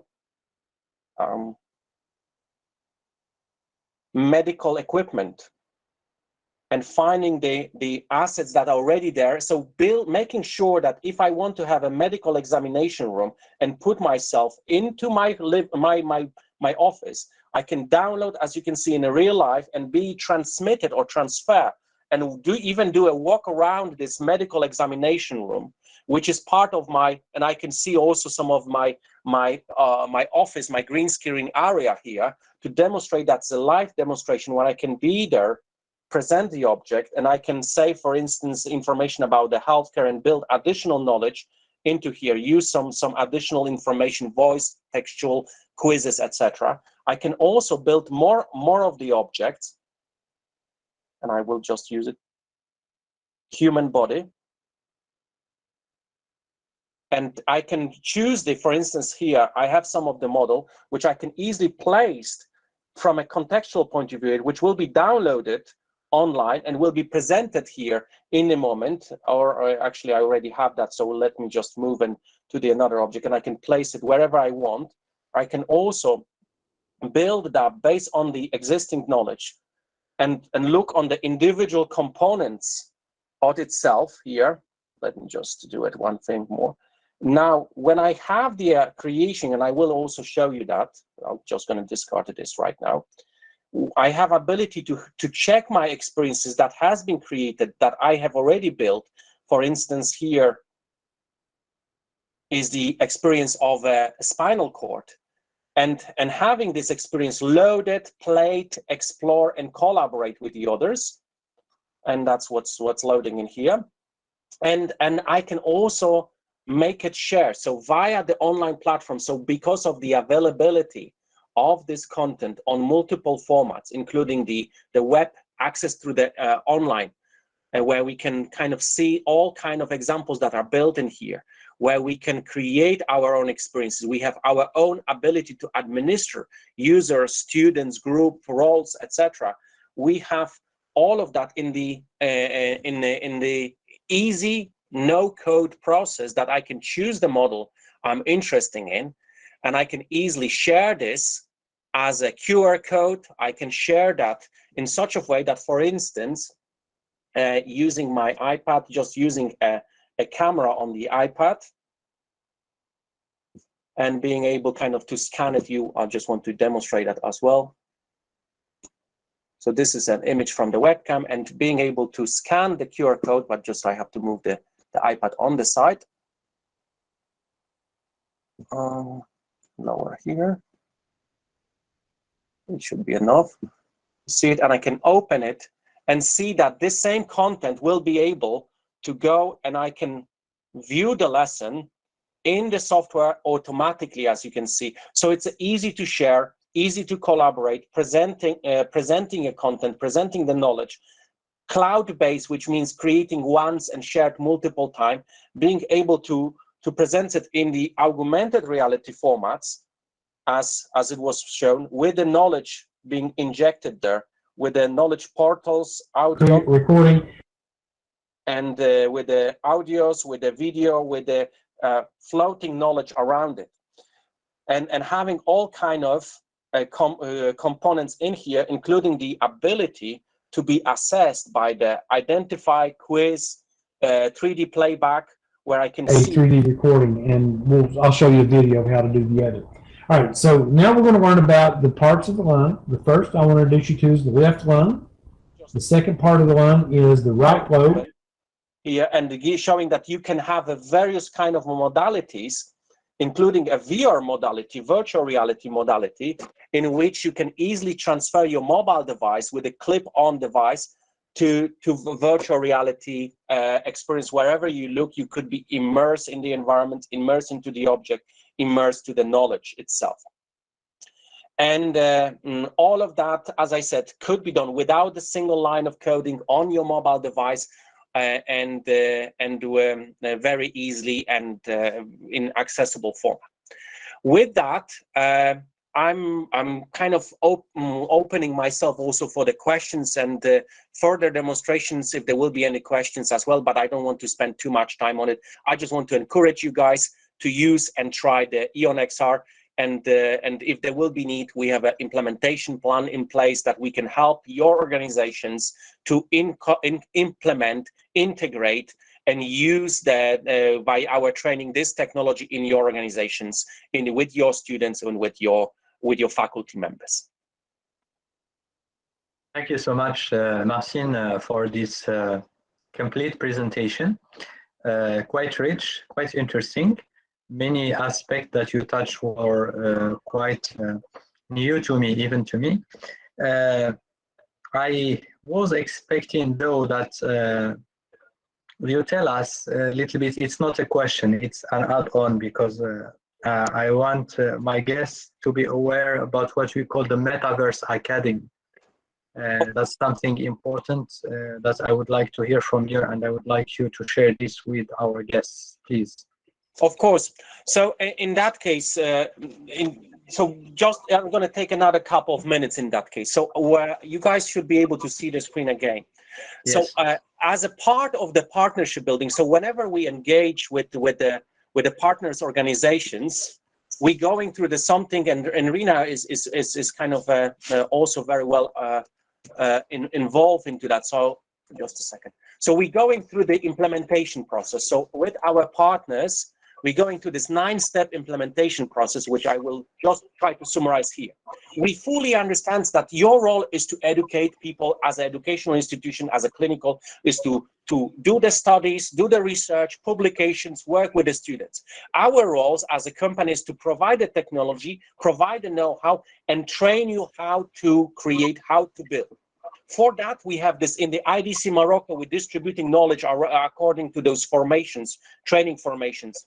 via Innovation Academy, we have the smart worker training, we have educator courses, and plenty of others. We're providing free licenses for the people who participate in those workshops as well, with some features there. But we have this 9-step implementation plan. When we're going into the, let's call it a partnership with the partners, with some organization, we are of course having an implementation meeting, training plans, assessing all of those. We're building a team of the people on our side as well as on your side in regards to how to what are the needs, what are pedagogical, what are the technical needs on the organization.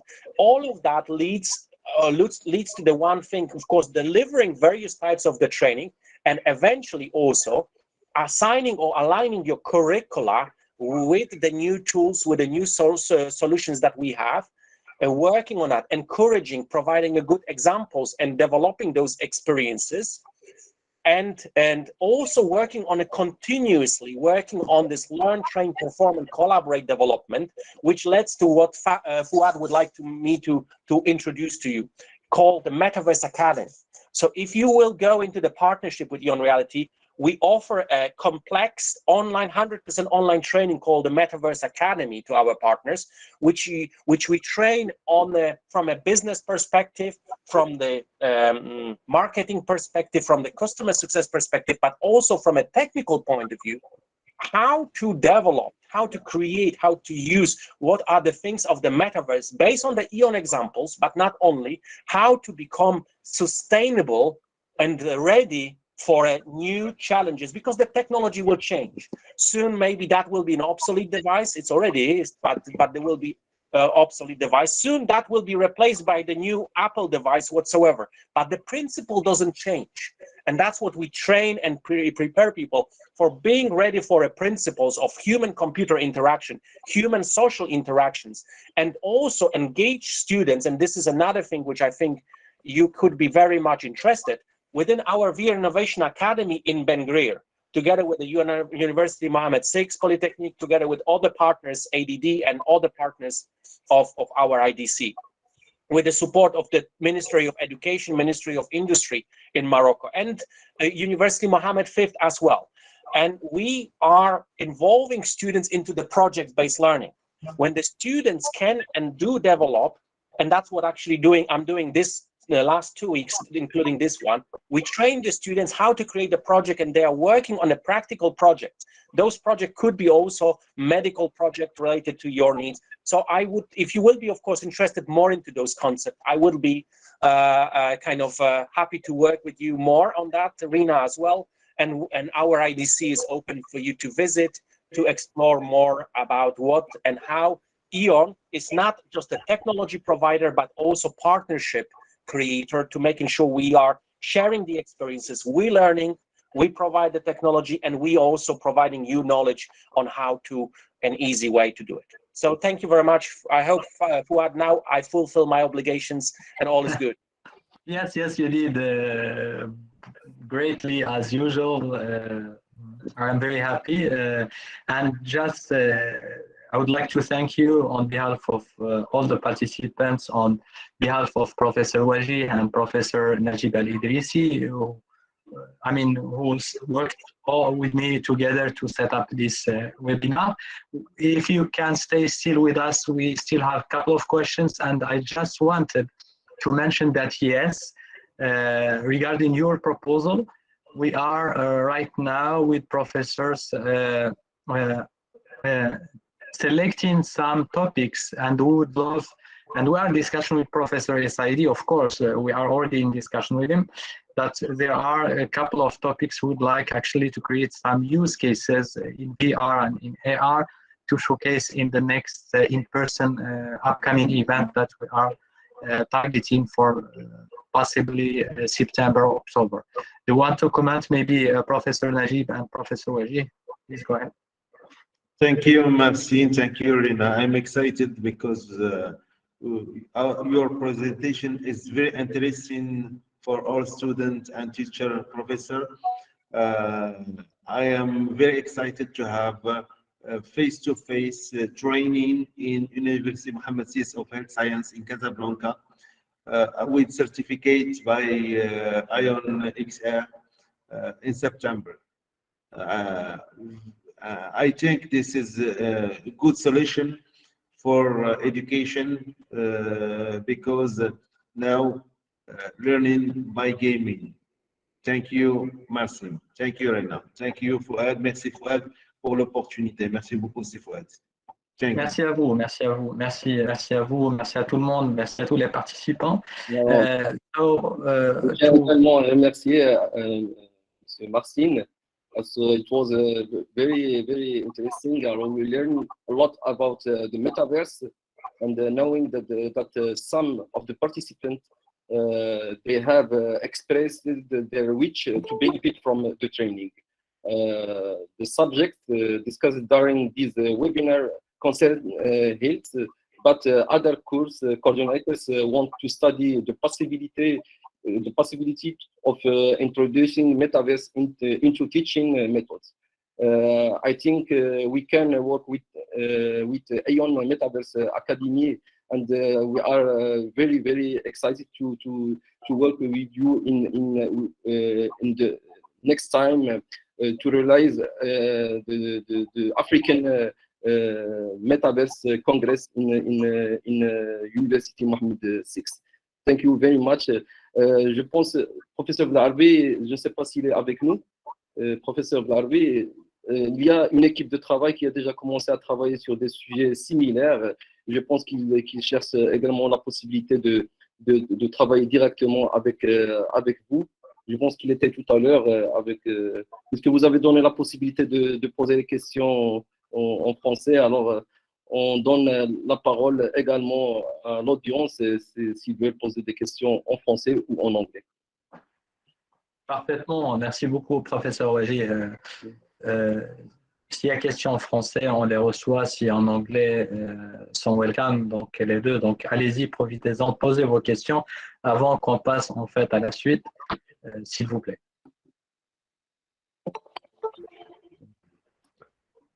Bonjour. Bonjour. Professeur Blarbi. Alors, une petite présentation du professeur Blarbi. Il est le responsable de l'équipe de recherche E2ESN. Je suis membre de cette équipe de recherche. Alors, la mission principale de notre équipe de recherche, c'est d'appliquer les nouvelles technologies dans le domaine de la santé. Et professeur Blarbi, il était l'ex-directeur de l'ENSET durant 13 ans. De notre école qui est devenue ENSAM Rabat. À vous la parole, professeur Blarbi. Oui, merci, M. Wajih. Au fait, j'allais quitter la réunion pour un empêchement personnel et en même temps, j'étais, au moment où vous venez d'intervenir, j'étais en train de rédiger 2 souhaits que je voudrais envoyer à M. Wajih pour qu'il les défende lors de cette réunion. Le premier est de permettre à nos étudiants de bénéficier à titre c'est pas d'expérience, introduire cet enseignement en utilisant la métaverse dans la filière biomédicale par exemple. Ça serait intéressant si on peut faire ça à titre expérimental et comme ça on sera initiateur au niveau national de l'utilisation de cet outil que je trouve vraiment très intéressant. Et mon deuxième vœu, c'est de pouvoir introduire cette formation au niveau de la filière informatique. Nous avons une filière qui forme des informaticiens de haut niveau. Et je sais que l'avenir, c'est dans ces outils-là, dans le domaine de l'éducation, dans le domaine des jeux, enfin, dans plein de domaines. Et ça serait vraiment une occasion si on peut avoir une collaboration qui permettrait dans l'avenir de sortir des ingénieurs marocains qui peuvent initier des startups ou là qui peuvent participer au développement de cette nouvelle technologie. Et merci, M. Wajih, et je félicite donc l'équipe d'organisation pour le contenu vraiment très, très riche. Et je sais que c'est pas tout, c'est un début, c'est un commencement. Je suis certain que dans l'avenir, on aura des choses beaucoup plus intéressantes. Un grand merci aussi à Fouad et Yali. Je vois que la diaspora marocaine vraiment honore donc le Maroc, et on a toujours souhaité à ce qu'il y ait vraiment un pont très très étroit avec notre diaspora. Et là, vous êtes en train de le démontrer, et c'est sûr que ça va se développer davantage dans l'avenir. Et merci beaucoup. Un grand merci au professeur EDC Najib, qui est un membre organisateur de cet événement. Merci beaucoup, professeur Blarbi. Je pense, M. Fouad, il y a une autre personne qui a exprimé son souhait d'intervenir, c'est M. Mohamed Touil. Tout à fait. Yes. M. Mohamed Touil, je vous en prie, allez-y, vous voulez peut-être intervenir, je vous en prie, allez-y. Hello, everyone. First of all, thank you very much for this big gathering, for augmented reality in healthcare. Something very interesting. And first of all, I let you know that I'm Touil Mohammed. I'm graduated from ENSAM Rabat on 2018 as a biomedical engineer. And now I'm doing my PhD on neurotechnology, EEG signal processing for sedation, for automatic sedation development on Hassantou University of Casablanca. I have just one question. Since I'm working on the X-ray systems, especially angiography systems, I would like to ask if there is a possibility, for example, in order to make the customer learning more and learning in advance about the equipment, especially in angiography systems, because it deals with heart diseases. Is there such possibility, for example, to develop a new systems for demonstration in advance, for example, for medicine students and beginner doctors and cardiologists to learn in advance, for example, on a simulator like a VR kits? There are some companies that started to develop. I'm asking this question. My question is to Mr. Silviu. Do you have a plan, for example, to develop new systems, especially for customer demonstration about angiography systems? Thank you very much. Actually, I'm very glad to hear about ENSAM Rabat that has started a new department on healthcare science. Thank you very much and have a good journey. Thank you, Mr. Mohamed Touil. Thank you for your intervention, for your question. Do we have still Professor Silviu with us? I received a message that he had to left for some other duty, so he's unfortunately no longer with us, I think, on this meeting. Yeah, maybe, but the question will be taken, Professor Mohamed Touil. We'll keep your question. We'll put you even in contact with Professor Silviu.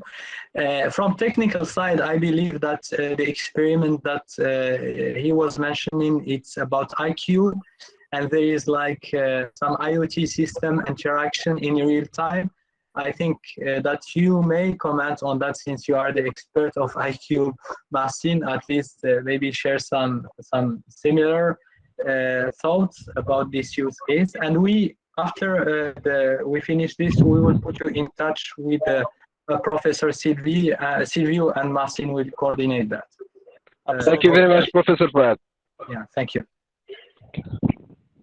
So just a kind of one thing is that the systems, there are multiple systems for experiencing virtual reality.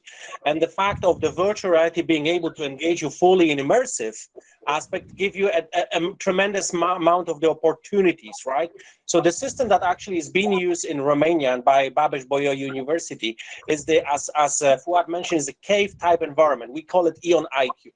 It's a 4-wall projection system that you don't even have to wear the headset, which in some cases could put you in a little bit, from a psychological point of view, a little bit on the discomfort of having something. We're using a large-scale projection solution that allows you to have a fidelity of a demonstration and being able also to walk towards the experience and being fully in. I will be happy to share more of the information. So please, if you could probably share an email address, and I will be happy to, of course, reply via email and be in coordination, please. Thank you so much, Marcin. Si Mohammed Touel, you can, I don't know, you can share with us your email address, or you can share, let Professor Wajih, since he is from ENSAM Rabat, to coordinate between you and Marcin, and we'll be in position to answer your question and give you all the details that you may need. Okay, thank you. Yeah, you're most welcome. I had to give the chance to Mademoiselle Iman WOLZINGER to ask maybe a question, because she was raising her hand since. Yeah, please go ahead. Yes. Iman WOLZINGER Tuhami. You have a question? No question? Okay. Okay, maybe we can move forward. If you don't have question, I do have many for you, Renah. Excuse me, yes, sorry. We can hear you. Go ahead. Thank you. First, I want to thank you for this great webinar. I'm Iman WOLZINGER Tuhami. I'm a PhD student in marketing, and I'm asking, please, about the main change that medical representative will face about metaverse and this augmented reality. If someone can help me for this answer, please, for this question, please. You're asking about the challenges, right? Exactly. I write my answer in the discussion. If you want to. No, it's fine. I mean, if you're about challenges, I do have maybe the same question, and I was about to ask Renah about it. So if it is not the same, you still, I mean, you can insist and double check. So please, Dr. Renah, what are the challenges seen in education sector from the metaverse perspective? Is it a chance for the education, or is it a challenge actually to embrace as a technology and so on? Can you maybe give us some thoughts about that? I'm very happy to do that. That is my full-time life. So what I find, and our clients mostly do surveys of faculty and students.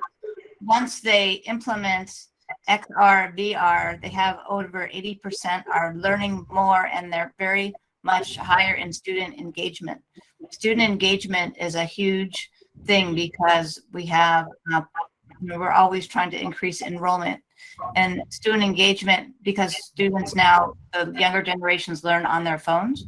To be able to bring it into high-level learning is super critical. And most of them said their learning outcomes have greatly increased. So they're having big success in transfer of knowledge, which is the business of education. The challenges are just in the very beginning, making sure the right team is in place so that everybody has their questions answered as soon as possible. And that is, that's the same with any type of software, I would think. It's just, and the other challenge is non-technical fields. For example, statistics. A statistician might be used to teaching something like a lot of math, but you're actually teaching about statistics on a real life situation. So just that paradigm of what are you teaching about? What is that visual situation? And that's something that, people, it's sometimes hard to step back and look at the bigger picture of what you're teaching about. On education, on medical, technology fields, of course, IT, engineering, those are obviously easy to understand what to do, as well as immersive fields like English, or not English, but languages, the study of culture, history, things like that, because you can walk through any place, any museum, and share that with your colleagues. So I would say the biggest challenge is just at the beginning, just making sure you have the right team to implement and get everybody on board. And it's really a pretty short process. It's not the most complicated software, so it's not a software thing. It's more of a getting used to visual teaching. Yeah. Thank you so much for your answer, Dr. Renah. And I see that Miss Iman is thanking you as well. It was a good answer. So I was also wondering, and this will be maybe my last question because we have to move on. We still have a lot of to do and to cover. How do you see the future of education from educator and student perspectives, and why experiential learning is so important? Is that for me? Yes. Oh, good. So this is, I love games. I grew up in the 80s with games, and I love interacting and just that instant satisfaction. In fact, some people think that's a bad thing, but it turns out for a lot of people, it's a good thing, that instant satisfaction. So what I see the difference is interacting. So when we do a procedure, we can see things like we can weld, we can draw, we can set things on fire, we can have gravity. We're all used to that in applications like Photoshop in the 2D world. In the 3D world, those interactions are more complicated, but those are the real life interactions that us as teachers are used to teaching our students. So example, when I teach audio engineering, I teach about frequencies. So the interaction would be, here's a microphone, here's an instrument, here's the frequencies I'm generating and recording. That's where I see the future of education coming pretty quickly, as early as 2023, is the metaverse interacting with colleagues in with real-time data. So I'm super excited about it. It's been coming for a long time. The issue has been the game industry has been driving the technology. So education is taking advantage of all of those connections now and bringing those together for interactive online learning in the metaverse. It's like the most exciting time in education probably in our lifetime. I'm happy. Thank you so much for your answer, Dr. Renah. So I will give you the floor, Professor Najib and Professor Wajih, maybe to conclude or to move on to the last part of the webinar. Merci unless anybody has any other questions, so this is the chance to ask the question. Otherwise, please go ahead and you may take over. Thank you. Merci beaucoup, Monsieur Fouad. Merci beaucoup pour cette opportunité. Donc, d'abord, je tiens à remercier tout le monde, l'assistance. Je remercie l'équipe qui a travaillé sur la réalisation de ce webinaire. Je remercie tous les enseignants responsables des institutions qui ont participé avec nous pour réussir, donner un coup de pouce à cet événement. Donc, en réalité, c'est une opportunité pour le Maroc, c'est une opportunité pour les enseignants, les profs marocains, les étudiants marocains, pour développer des choses qui sont très intéressantes pour l'enseignement et qui va faciliter l'apprentissage et encourager les étudiants à s'accrocher plus parce que c'est la technologie qu'il faut utiliser. Je remercie tout le monde donc, et je vais annoncer la création de réseau international de Metaverse Health Work. Donc, en réalité, on peut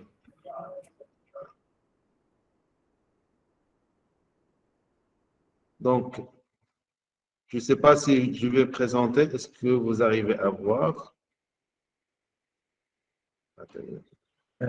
Pas encore. Vous ne voyez rien?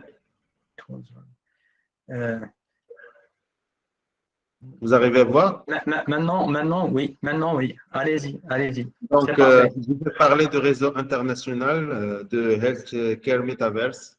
Donc, en réalité, tous les logos qui figurent sur ce slide, ils font partie de ce réseau international de Healthcare Metaverse. Donc, qu'il faut développer, donc grâce à des collaborations entre plusieurs disciplines. Donc, il y a des gens qui ont exprimé leur besoin, leur envie de bénéficier d'une formation dans ce sens. Peut-être c'est une proposition qu'on pourra discuter en septembre entre les enseignants qui désirent avoir cette formation autour de EON XR et vos partenaires aussi. Donc, tout ça, c'est pour développer cette technologie. Donc, vous pouvez suivre ce International Network of Healthcare Metaverse à travers la page Facebook qui a été créée récemment, donc, et qui va permettre d'avoir des informations au fur et à mesure de l'avancement des travaux. Il y aura beaucoup d'actualités, de nouveautés concernant le développement de la réalité augmentée au Maroc grâce à une collaboration multidisciplinaire entre plusieurs structures, l'Université Mohammed VI des sciences de la santé, l'ENSAM Rabat, la Société marocaine de santé digitale au centre, IDC Maroc, EON XR, bien sûr, qui apporte le soutien technologique et le savoir-faire. Donc, tout ça, c'est pour développer des choses dans le sens de pédagogie, la recherche et la recherche appliquée à la pédagogie, et pour développer le niveau de formation des étudiants marocains et des enseignants marocains au Maroc. Je ne sais pas, professeur Wajih, si tu as un petit mot à dire avant de conclure cette séance. Merci professeur EZZIYYANI, merci M. Fouad, merci aux chers participants qui nous ont supportés durant 3 heures, sachant qu'on a pu atteindre les 400 personnes qui ont pu suivre ce webinaire. Maintenant, on est à 100 environ, 100 participants qui sont intéressés par la thématique. Je remercie les décideurs, les doyens, Monsieur le Président. Je tiens à remercier énormément EON XR de nous avoir donné la possibilité de vulgariser cette nouvelle technologie de pointe.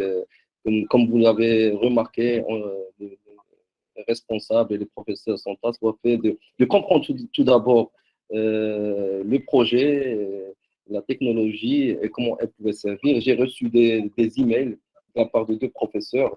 Je vais vous les communiquer tout à l'heure, M. Fouad, qui souhaitent travailler conjointement avec vous sur des projets ayant une relation avec la métaverse dans le domaine de l'enseignement et dans des projets spécifiques concernant la santé.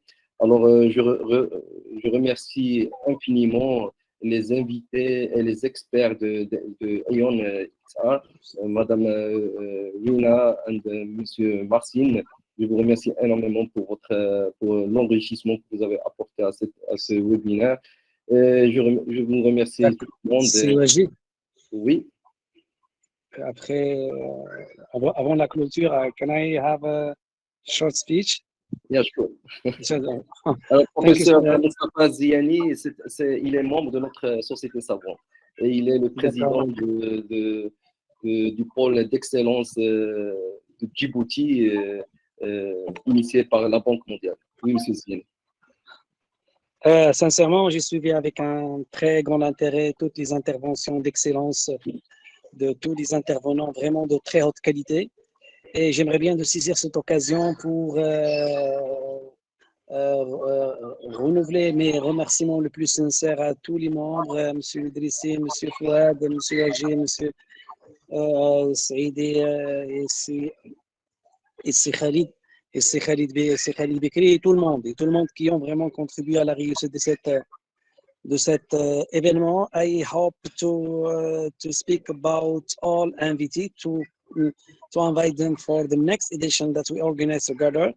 That's about the conference that will be last month in Rabat, IDRISSI conference.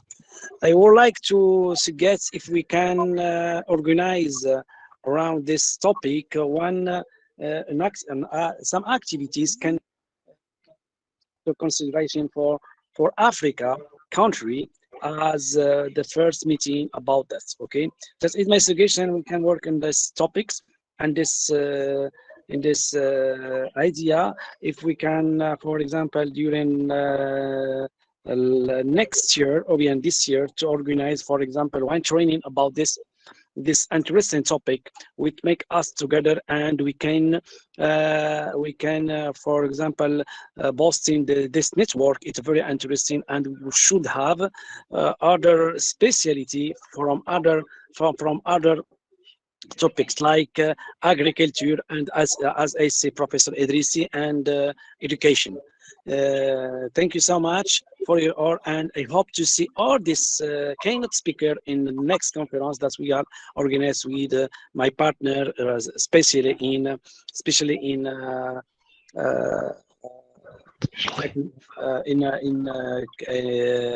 Rabat and Casablanca. Thank you so much, and see you again. Thank you so much. Thank you so much, Professor Ziani. Just one moment, allow me, Professor Wajih. I want to maybe give you good news, I hope, because you're talking about agriculture. Just for you to know, EAV Hassan de Rabat is a partner and a customer of EON Reality. Just for you to know. So go ahead, please, Professor Wajih. Yeah, that is a very good news that we have a very great opportunity with and the collaboration with Arabic Foundation and Agriculture Foundation around Arabic country, and right now we are contacting the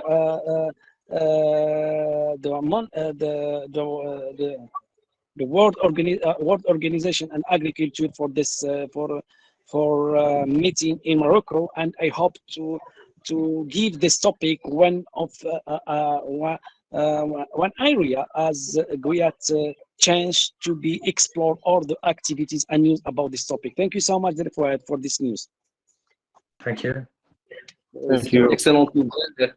Alors, comme l'a dit mon collègue professeur Idrissi Najib, le réseau international de Metaverse a été lancé aujourd'hui. Il sera officialisé lors du congrès panafricain qui sera organisé à l'UM6SS avec nos partenaires, les partenaires qui ont organisé ce webinaire. Et merci à vous tous. Très bien. Merci. Je vous laisse, Thank you very much. Thank you. Je vous laisse le soin de conclure ce webinaire, professeur Najib Idrissi. Ce fut un grand moment pour nous tous, et j'espère que au moins on a pu vulgariser plus ou moins ce que c'est que le Metaverse et comment est-ce qu'on va pouvoir travailler, collaborer tous ensemble pour rendre service un peu au domaine de la santé principalement, et pourquoi pas d'autres domaines, l'agriculture aussi, professeur Ziani, et plein d'autres, l'ingénierie, tout et tout. Donc, et je reviens encore une fois, le Made in Morocco, pourquoi pas, il faut en fait développer la compétence et faire du Made in Morocco, why not? Donc, merci à tout le monde de votre contribution, et à la prochaine. Merci. Merci beaucoup. Merci. Donc, merci Fouad. C'est une tâche très difficile de clôturer un webinaire. J'ai pas envie de le clôturer. Pour clôturer, M. Idrissi, clôturer, je vous invite tous ici à Tanger, soit pour les vacances, ou bien pour une autre conférence. Tanger, il est à votre disposition. Et for all you're invited to visit Tangier as you like. Thank you so much. Merci beaucoup. Thank you so much. Et au revoir. Bon courage. Merci, au revoir. Merci. Au revoir. Au revoir tout le monde. Au revoir.